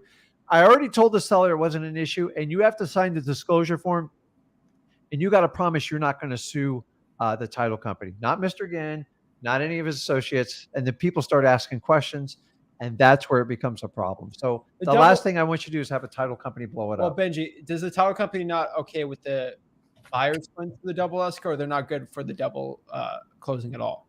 Well, this is their email. It says, we will not do a double closing where we use funds from your end buyer as your purchase funds for the seller. Okay, I mean, that's not too bad. I mean, no, but you can do that as long as it's properly disclosed. It's completely legal. But guys, this is common with title companies. You can't make them do stuff, so don't make them. Go find a company that will do it for you. And unfortunately, this is a process you go through, especially when you start wholesaling, because some of these problems that you're experiencing now, when they come up, you're like, okay, you're better off solving the problems when they come up than waiting a year to get everything perfect. Otherwise, you wouldn't even have a chance to do this deal. So I'd rather than be brutally honest and say, nah, I just can't do that. So if you guys don't know what I'm talking about, he's talking about doing a double closing where he has a cash buyer, puts all their money in escrow, and basically they use that money to fund the purchase and then obviously resell it to their buyers. Title companies have the right to say, I don't want to do it. I mean, Benji, just go on Facebook. I just went on Facebook right now and searched it. There's like 4 or 5 posts that talk about title companies in Central Florida. And tell them exactly what you want to do. Like, don't sugarcoat it. Just say, hey, this want to do it. Can you do it? Gotcha. And they'll say, listen, if so-and-so will give consent, we can do that. And that's how I find out like how to do it. And the whole thing is, you don't want title company. You work so hard to get your deals. Do not let a title company be one blowing it up. Right. I've lost half a dozen deals to title companies, and I learned my lesson. I'm like, man. So guys, when I say you have to control the title company, this is why, because He goes, hey, use my title company. I'll pay for the title. I'm like, we're not doing that because they'll blow it up every time. So you're on the right path. Thanks. Appreciate it. All right, perfect. Okay, Appreciate bud. it, Benji. You got any questions? Let me know. Yeah. Yep. I'll let you know. Perfect. All right. Let's see here. Interesting questions. You got to go soon? Yeah, we'll do some online questions and All right, get some I'll sneak questions. out. Super weird. Rick's not dressed up. Is it? It just is crazy. Get a schedule and stick with it. I agree to it. How do you reach out to us one-on-one? Just go to Wholesaling Houses for. Let me put the link on here for you all to join it. But it's Wholesaling Houses for on Facebook. The link on here. Oh, it's one-on-one. Just let me share my screen. Right here.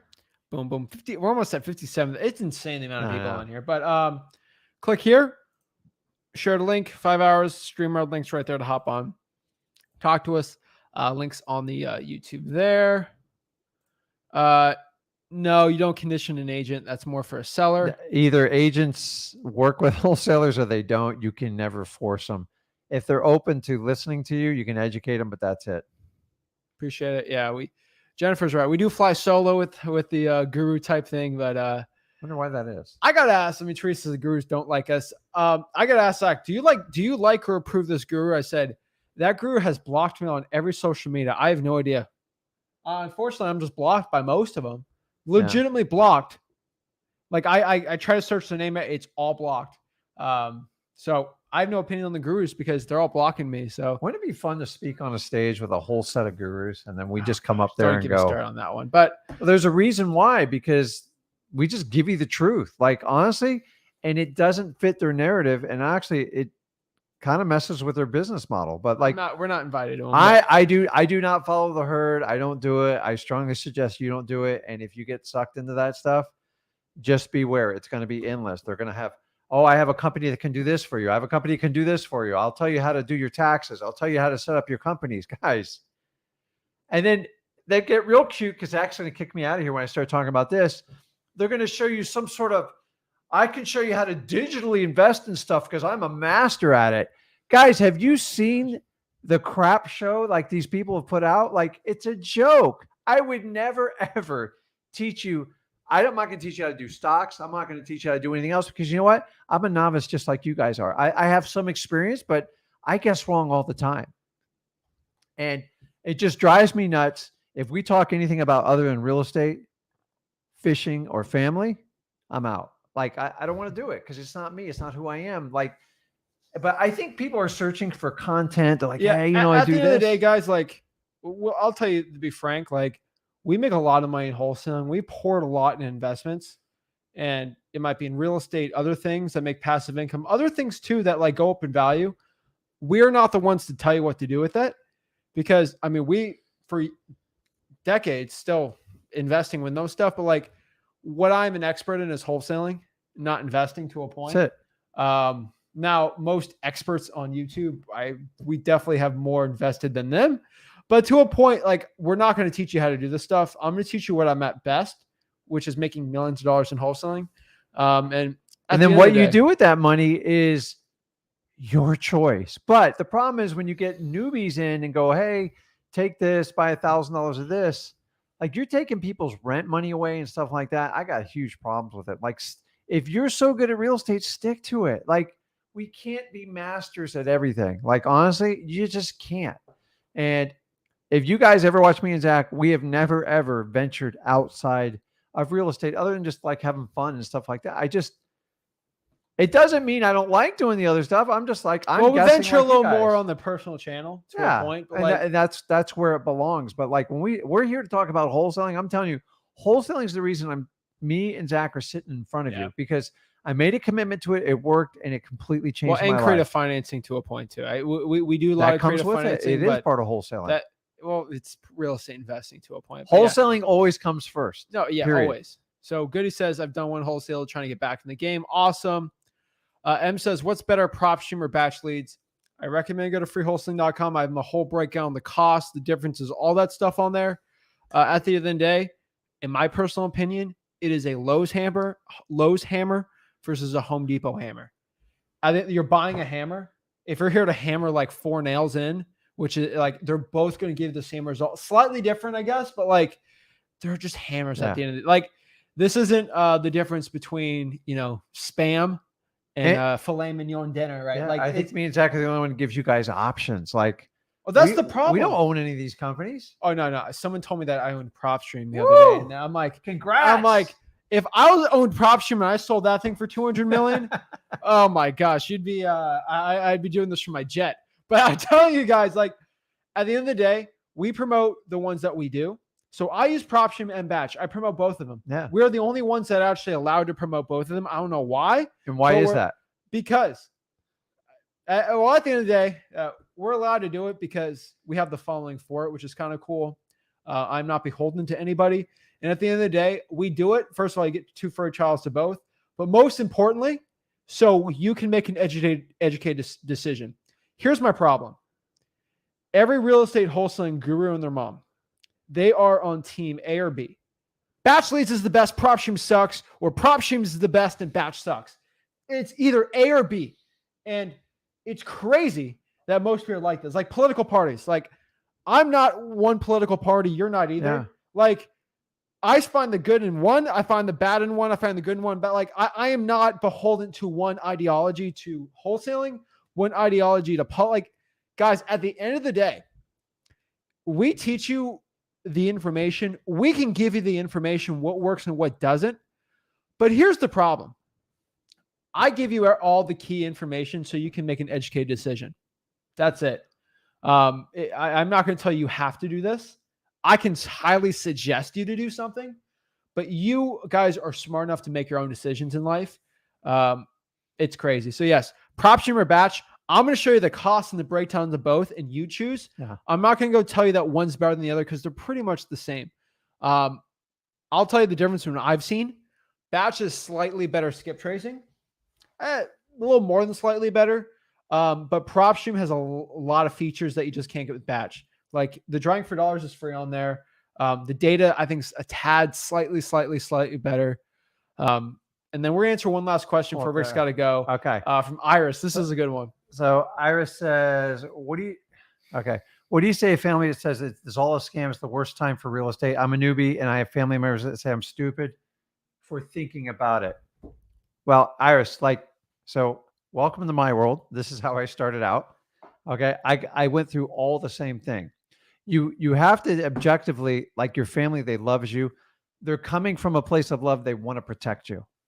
And so if you're going to do something that's risky, that's not the typical 9 to 5, it's scary. And we're trying to protect you from losing it. What they're trying to do is keep having you do what they do. And it makes them comfortable. And honestly, they are doing it out of love and protection. Like I don't even fault people do it for it, but here's how you evaluate it. Okay. Say, okay, they love me. They're trying to protect me, and don't come up and attack them. So, but look at their current position. Are they happy in life? Are they financially free? Do they have freedom to do whatever they want with the time? And if they could stop working tomorrow, could they afford to do it? If that doesn't align with the values you're trying to achieve in wholesaling, don't listen to them. Like, honestly, you can't make everybody happy in life. You can always go back and do what you did before, but I'm just telling you, if you don't take that risk, you're going to be miserable and stuck in the position you are. And here's the really cool part is I've been doing this 20 years. If it's a scam, I'm the best scam artist in the world if it came to that. It's not. It works. You actually help people out. You actually have to do the work. Me and Zach don't lie to you. We tell you what to do. But take the litmus test. Love your family for who they are. Understand they're coming from a place of love. But if you don't want to be in their exact same financial shoes and you want more freedom, then you got to take that venture and risk to do it. Because if not, when are you going to do it? Guys, I've been to 2 funerals in 24 hours, and now I'm going to celebrate my 26-year wedding anniversary. Okay. I do this because wholesaling allows me to do it. Wholesaling allowed me to spend so much time with this guy, I can't get rid of him. So it's a good thing. And I'm just telling you, I tell you, family's the most important thing. Iris, what about this? What if you could help your family get out of financial dire and actually give them freedom and help them out and buy things for them?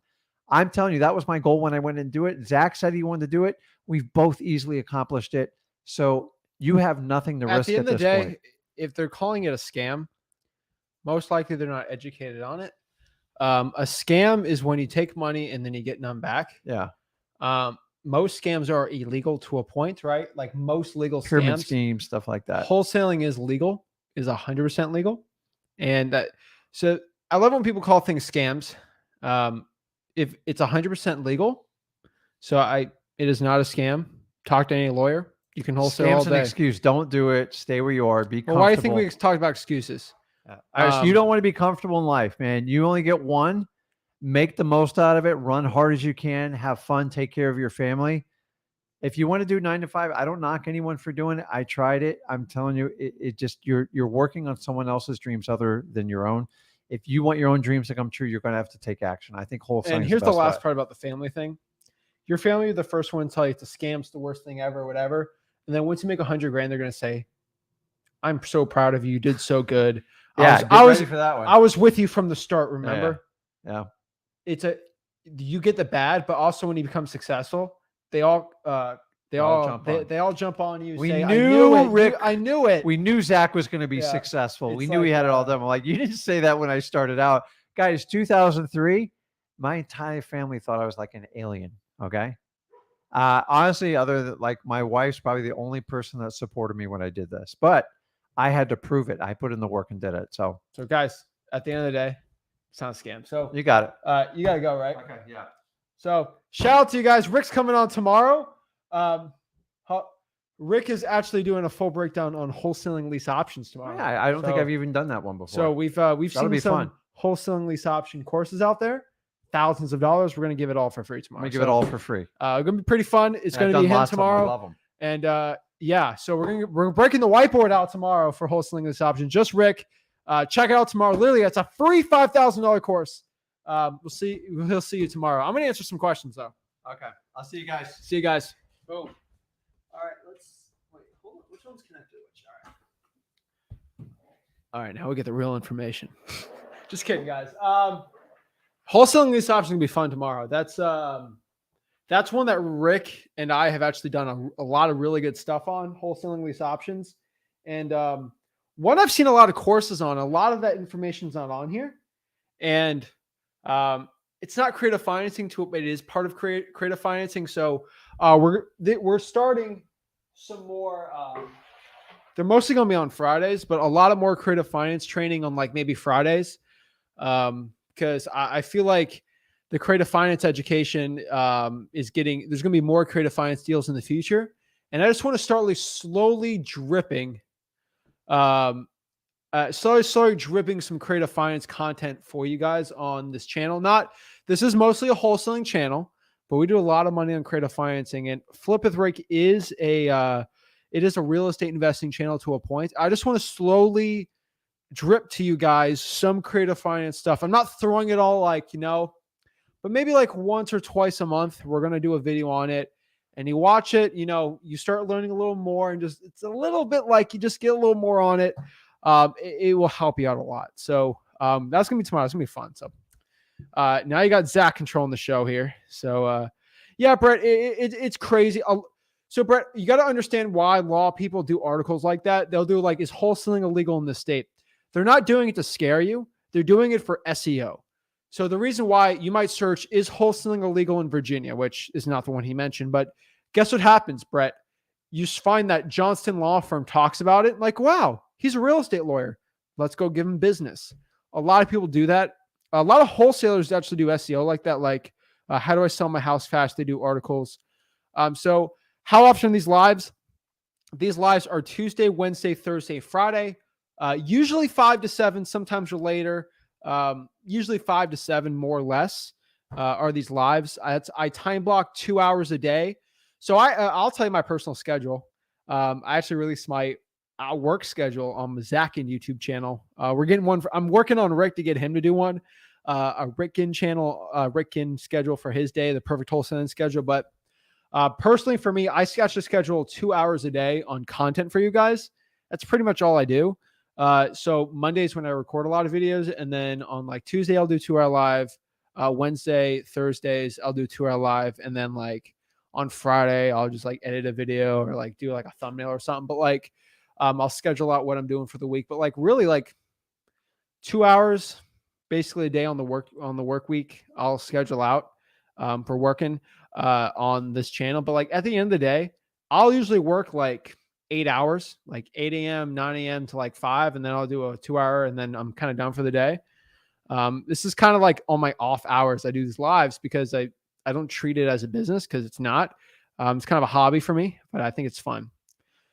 Bill L says, can you file an affidavit if you have one of the two sellers? No, bro, do not be doing that. That is definitely not the right thing to do. If both the sellers did not sign it, don't do an affidavit.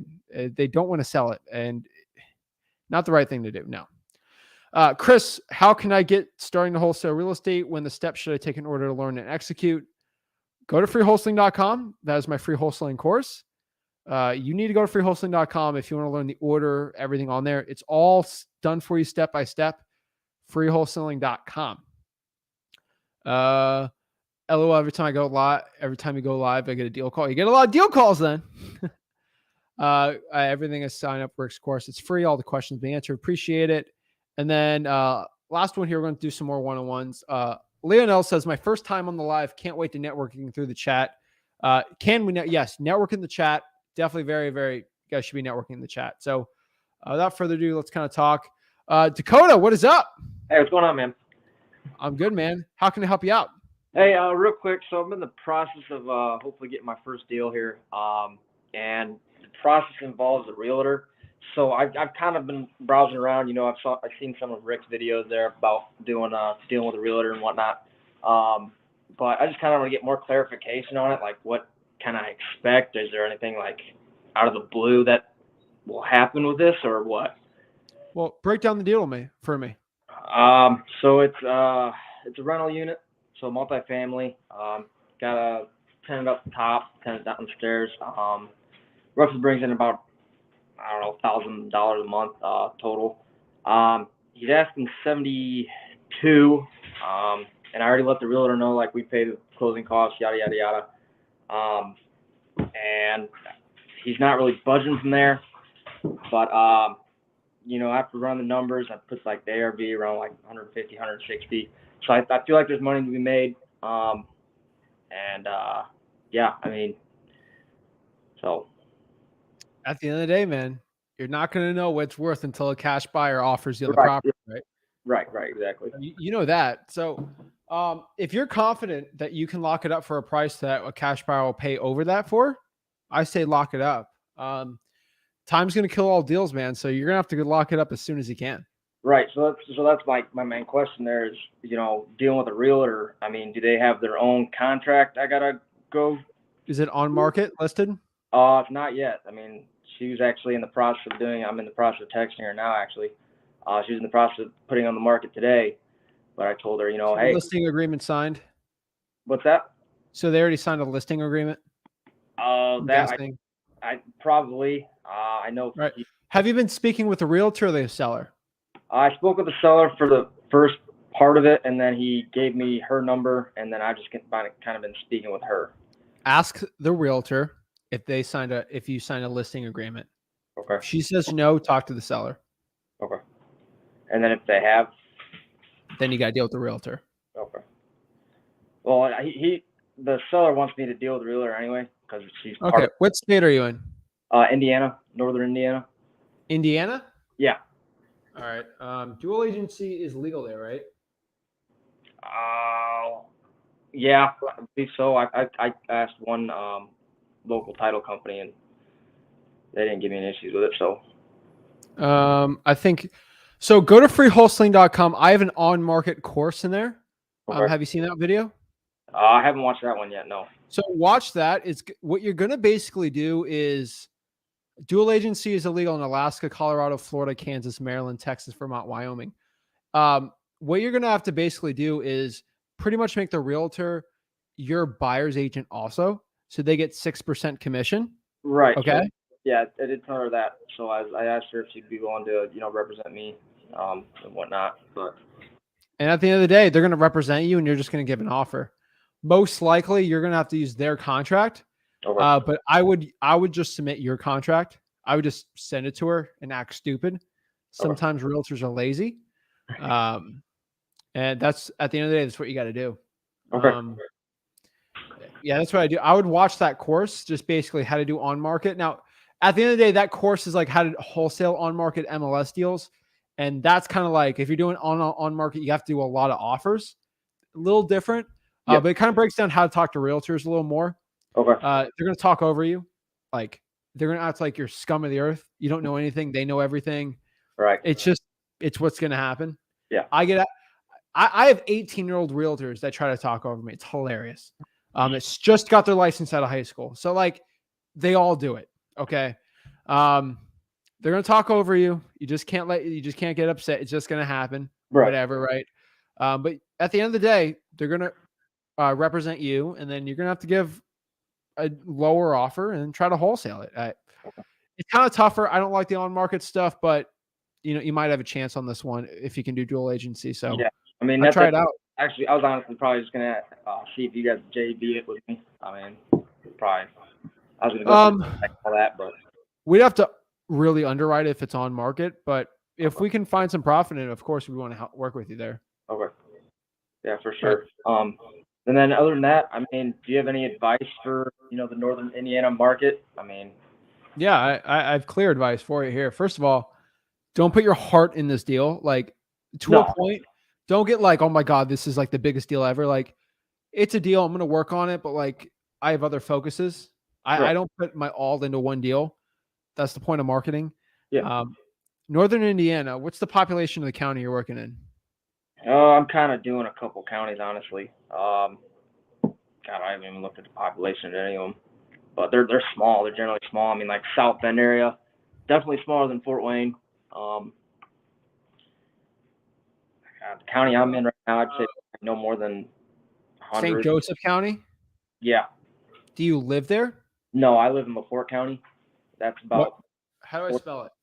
LA space PORTE. LaTorte? Yeah. LaTorte County, Indiana. LaPorte? Yeah. Oh, LaPorte. All right. You have a population of 110. That's pretty good, actually. Oh, Purdue's there. Yep. Northwest. Oh, okay. Okay, that's actually decent. That's not bad, man. You're out by South Bend. Are you in LaPorte? Yeah, I'm in LaPorte. Okay, I mean, you got Michigan City, you got kind of the water there. You're right by the Michigan border. I mean, yeah, you got South Bend and LaPorte there. How far is Gary and like that area in Valparaiso? Gary's about 45-ish minutes away from me. West. All right. If it's 45, I'd keep that in your market. Yeah. Anything within an hour drive. Your average ARV is decent, right? LaPorte County. I'm just going to do it for you so you have some knowledge on it. Okay. LaPorte County average median price. So about 200. Not bad.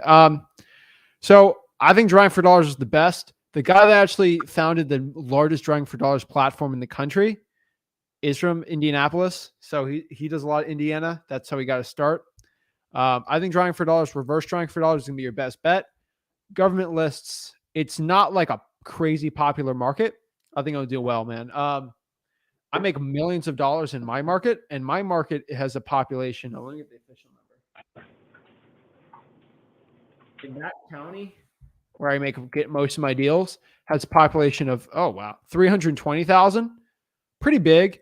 But if you look at like Gary, Indiana, all this stuff, all within like you're very similar, man. So I think you're fine, man. I think it's good.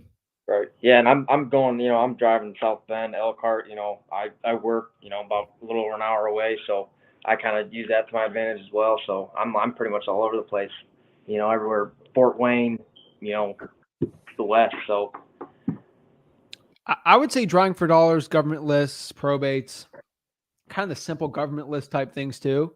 Yeah. I think you're fine, man. Like you have enough. The cool part of like that type of market, because the ARV is low, the population's actually decent, and there's not like an insane amount of wholesalers there, and it's a wholesaling friendly state. Right. I think you're fine. Yeah. Okay. Awesome. Right on, man. I think that's all I got for now. Then. All right, man. Well, So. just gotta do the work, man. There's Yeah. deals Oh, yeah. there. Most definitely, I am, man. I'm putting it in. I appreciate you. All right, have a great one, Dakota. You too, man. Bye. Boom, love it. Brax.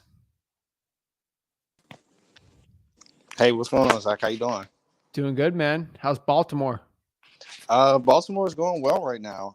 I have a deal that I'm looking to close into this month. Just awesome. Got that one for about 22. I got that one for 22.5, and we're selling it for 37. So that's nice. Nice, man.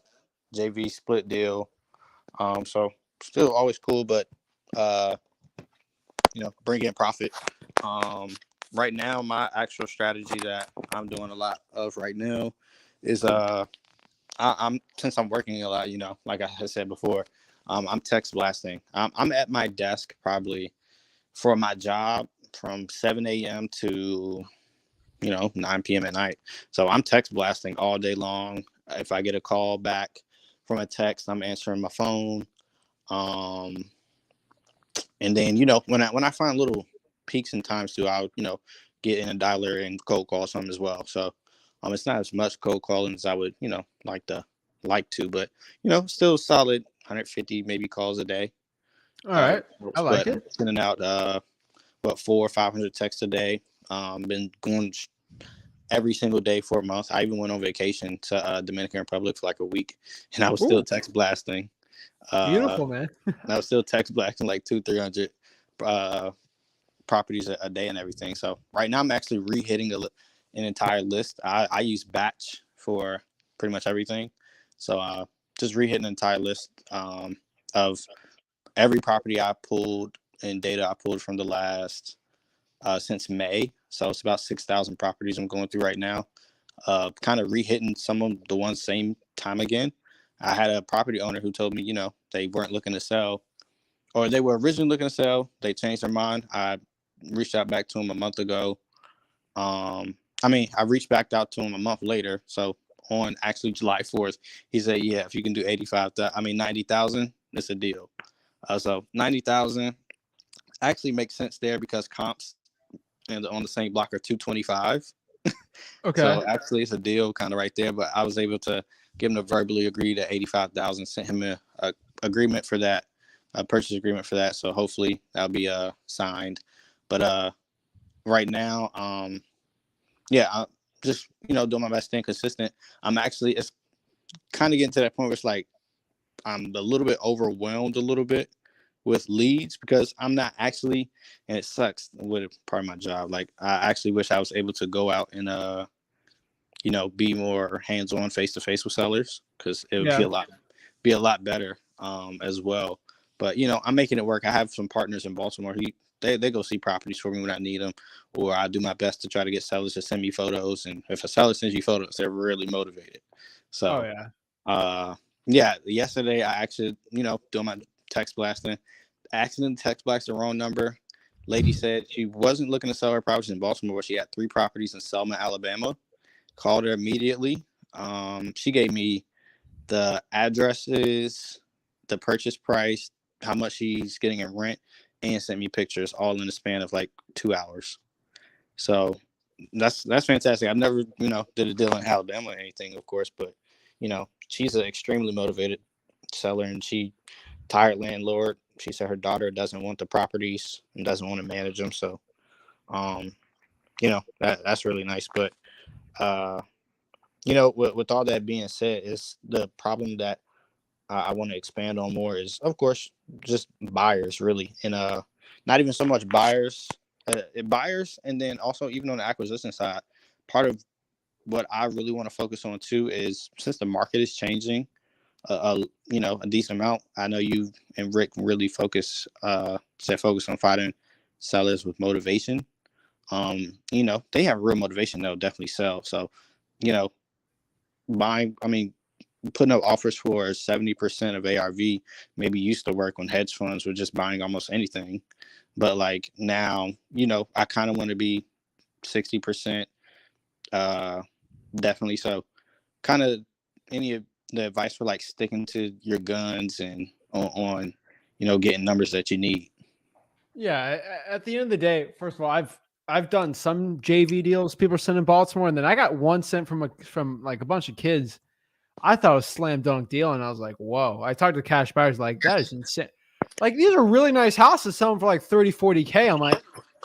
I'm like, what's going on here? And then I have some deals I think are terrible in Baltimore, and we like sell them. So I'm still trying to figure out Baltimore and the JVs, but like we're getting the cash buyers on it. But like, it's a weird market, man. That's a weird market. It's an extremely weird market because everything is so block by block. And like when I run my comps, comp 0.25 of a mile. And like that's how we run. That's how you're supposed to run comps in Baltimore. So it makes things even crazy.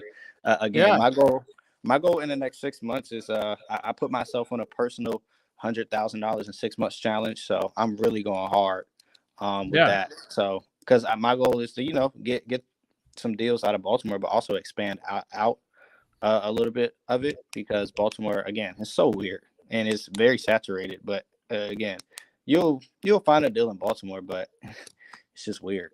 All right, this deal is just weird, man. At the end of the day, so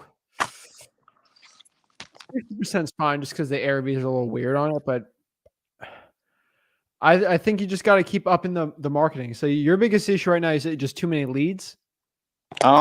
I mean, I got a lot of leads that I'm working with right now too. So, which is, I count right now for me, anybody that comes into my system through a text that either mentions a reasonable number or, they straight up say looking to sell, or they give me an address. Those are those were like leads are for me. So I definitely have a lot of those in my system and everything like that. And then I even started tagging people through batch. You can see their owner profile. Yeah. Anybody that owns over 3 properties in Baltimore, I tag them as high value property owner. I either ask them every month, are you selling or are you buying? Every single month. So that's a good strategy I've implemented as well. I've got some buyers and there's too. I mean, I got to keep it simple with you, man. Like, do what's working and scale it up. That's all you can really do. The problem is you can't scale yourself in your time. That's the one thing I think you realize. At the end, like overall, that's what you got to deal with. So I've been at the situation where I had too many leads for myself and I had to get out of the business and just start giving it to people who weren't as good as me. But over time, it scaled up really well. So you got to make that decision for yourself when you're able to scale it. It should be at a point where you're making a lot of money, though. Yeah, definitely. That makes sense. I actually just got a call, so I called him right back. But no worries, yeah, even like right now, I reached out to a dude, random text. Property values in the area are like property values in the last 6 months have sold for $305,000 and $345,000 for really nice single family houses. He's open to selling one of them. He said he wanted $150,000 for it. So I was like, okay, cool. You want 150? I'll see what my partners could commit. But I mean, I know me and my partners kind of want to be around the 120,000 area. So he didn't shoot it down. He said, actually, I'll think about it and get me back to me on Monday. But I'm calling him on Saturday. I'm calling him on Saturday and see how he thinks about that number. So he won 150. Like I'm my strategy right now is just bring down my offers because I have got caught into two. Baltimore.